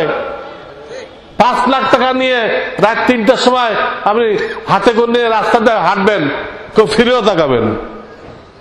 যান সৌদি আরবে, টাকা নিয়ে ঘোরেন, দোকান খুলে নামাজ যাইতেছে, দোকান খুলে নামাজ যাইতেছে, একটা মালও তো কেউ নেয় না। মা বোনদের কত বড় দায়িত্ব সন্তানকে মানুষ বানানো। আমরা সেই কাজে না লাগায় পয়সা রোজগার করার জন্য পাঠাচ্ছি। পয়সা রোজগার করা তাদের দায়িত্ব না। বিয়ের আগ পর্যন্ত তাদেরকে কে পালবে? বাপ পালবে। বিয়ের পরে কে পালবে? স্বামী পালবে। বুড়া হয়ে গেলে কে পালবে? সন্তান পালবে। তাদের খরচের কোনো দায়িত্ব নেই। এরপর বাপের থেকে মিরাজ পায়, মায়ের থেকে মিরাজ পায়, স্বামীর থেকে পায়, সন্তান থেকে পায়। এই মিরাজ দিয়ে হজ করবে, উমরা করবে, মাদ্রাসায় চান্দা দিবে, মাদ্রাসায় চান্দা দিবে। তো মা বোনদের কত বড় দায়িত্ব মানুষ বানানো। তাদের আর একটা দায়িত্ব রয়ে গেছে, মহিলা মহলে দিনের দাওয়াত দেওয়া। মহিলা মহলে দিনের দাওয়াত দেওয়া। তোমার ছেলেকে তবলিগে পাঠাও, তোমার স্বামীকে তবলিগে পাঠাও। তোমার ছেলেপেলেরা কয়জন হাফেজ হয়েছে? তোমার মেয়েরা পর্দা করে কিনা? এসব বুঝে বুঝে তার কাছে যে মহিলারা দেখা করতে আসবে তাদের সকলকে দিনের দাওয়াত দিবে। কটা কাজ হলো? আবার বলেন, ঈমান শিক্ষা করা, ইবাদত বন্দেগী সুন্নত মোতাবেক করা, স্বামীর সেবা যত্ন করা, তার হুকুম মান্য করা, স্বামীর সংসারের হেফাজত করা, নিজেকে পর্দায় রাখা, সন্তানকে মানুষ বানানো, মহিলা মহলে দাওয়াত দেওয়া। এই 7টা কাজ যদি করে 8 রকম বেহেশতের দরজা আল্লাহ ওই মাহবুবদের জন্য খুলে দিবেন। চাকরি করা তাদের কাজ না, তাদের দিকে চাকরি করানো হারাম, নাজায়েজ। হারামের মধ্যে কামিয়াবি নেই, হারামের মধ্যে আরাম নেই। কিন্তু সব ইহুদিদের পলিসি। আমাদের মা বোনদের যে চাকরিতে লাগাইতেছে, বেড়াকে লাগাইতেছে, সব বিধর্মীদের পলিসি, যাতে আমাদের ছেলে পেলে মানুষ না হইতে পারে, আল্লাহওয়ালা না হইতে পারে। টাকশাল যদি ওপেন হয়ে যায়, টাকশাল, তাহলে জাল টাকায় ভরে যাবে। ঠিক কিনা? মানব শাল যদি ওপেন হয়ে যায়, মানব শাল যদি ওপেন হয়ে যায়, জাল মানুষ দিয়ে পৃথিবী ভরে যাবে, খুন খারাপি লুটপাট ছাড়া আর কিচ্ছু হবে না। আল্লাহ আমাদেরকে হেফাজত করুন।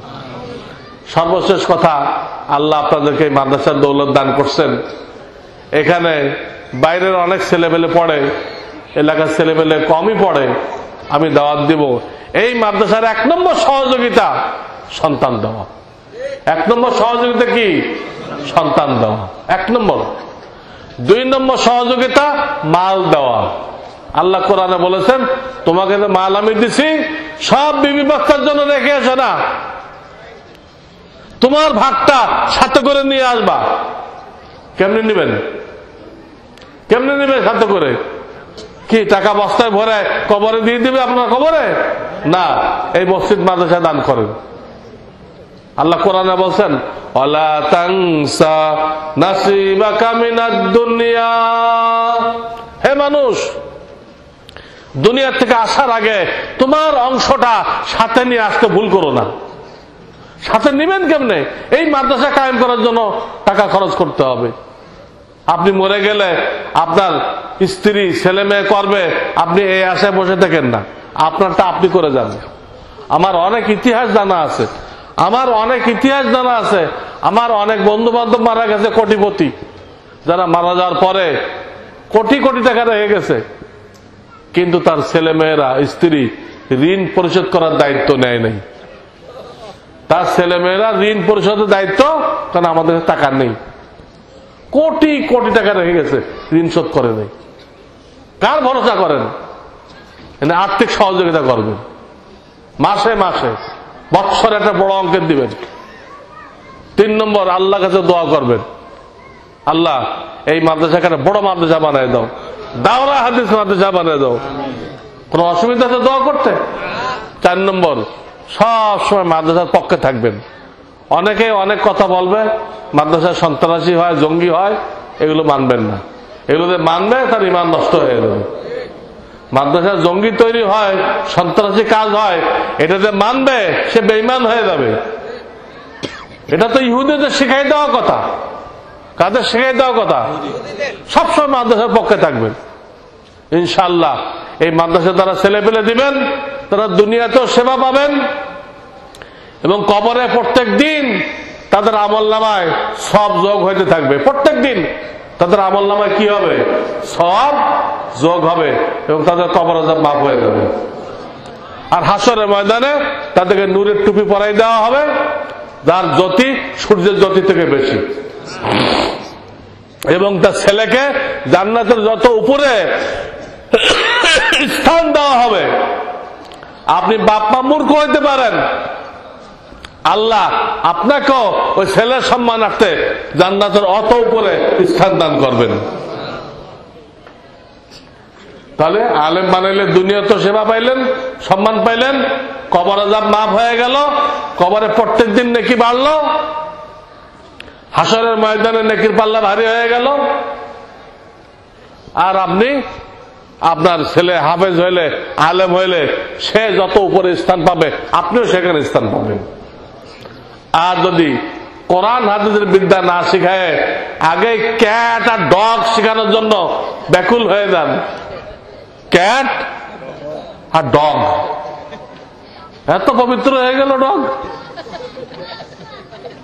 হাদিসে আছে যে কুকুর পালবে, যে ব্যক্তি কুকুর পালবে প্রত্যেক দিন তার আমলনামা থেকে উহুদ পাহাড় পরিমাণ সব কমতে থাকবে। এত খারাপ এই কুকুর। আর আমাদের বাচ্চারা পয়লাই কুকুর কুকুর নিয়ে গবেষণা শুরু করছে। এই জন্য ক্যাট আর ডগ পড়ানোর জন্য এত পাগল হবেন না। যারা হবেন তারা দুনিয়া তো সেবা পাবেন না, সম্মান পাবেন না। এখন কবরে যাবেন, এই ছেলে যদি ঘুষ খায়, টেলিভিশন দেখে, সিনেমা দেখে, ব্যভিচার করে, এর সমস্ত গুনাহ ছেলেরটা ছেলের থাকবে, ওই বরাবর প্রত্যেক দিন কবরে আপনার আমলনামায় যোগ হবে। আর হাসরের ময়দানে ওই ছেলে আপনার বিরুদ্ধে আল্লাহর দরবারে ফরিয়াদ করবে, আপনার বিরুদ্ধে। আল্লাহ যে বাপ মা আমাদেরকে কোরআন থেকে মাহরুম করছিল সেই বাপ মাকে আনো, তাদের বুকে পাড়ায় পদদলিত করে তারপর দোজখে যাব, এবং আমার ওই বাপ মাকে ডবল আযাবের ব্যবস্থা করো, ডবল আযাব, এবং তাদের উপরে অভিশাপ নাযিল করো। আপনার ছেলে যার জন্য মাথার ঘাম পায়ে ফেলতেছেন, ওই ছেলে আল্লাহর দরবারে আপনার বিরুদ্ধে নালিশ করবে। এই জন্য যেগুলো ছোট আছে অন্তত 2 বছরের জন্য মাদ্রাসায় দেন, মুসলমান হোক।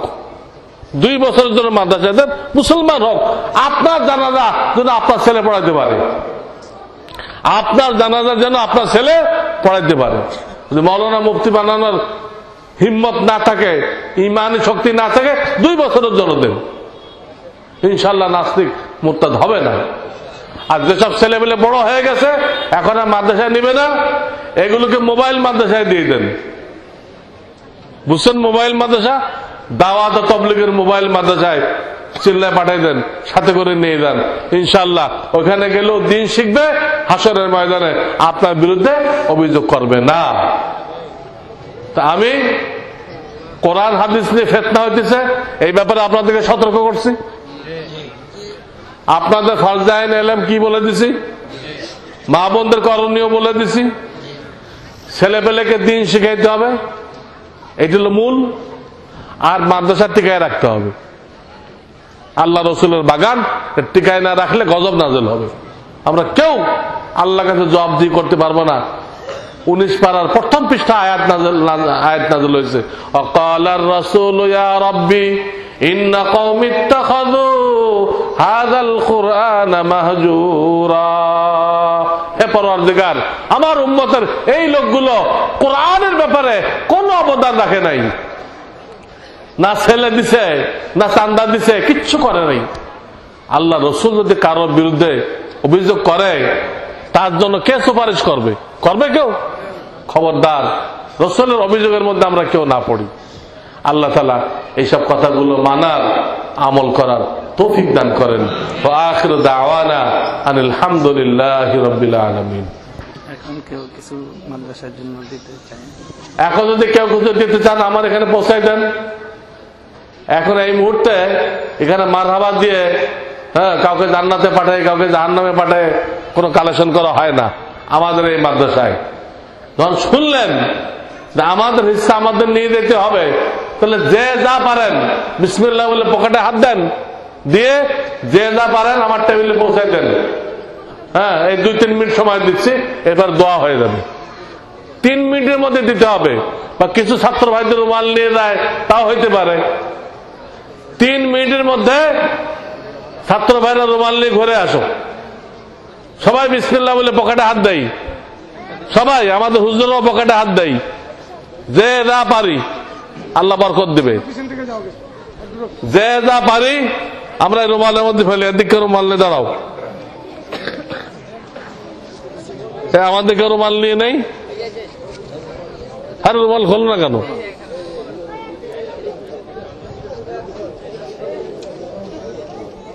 নাও, সবার কাছে নাও, দিচ্ছে।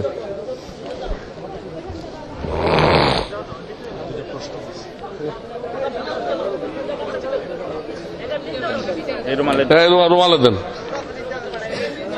8 তারিখের 9 তারিখের মাহফিল কেউ বলে দিক, ওই মাইক দিয়ে বলবি। বাচ্চারা ভিতরে যাও, ভিতরে যাও, বাচ্চা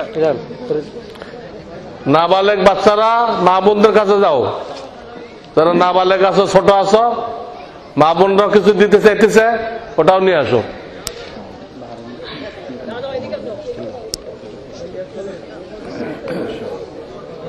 আরে এগুলো আজে বাজে প্রশ্ন। সবাই মানুষের জন্য বিদা করি, দান করতে থাকি। আর মাঝে দোয়ার আগে একটা গান শুনি।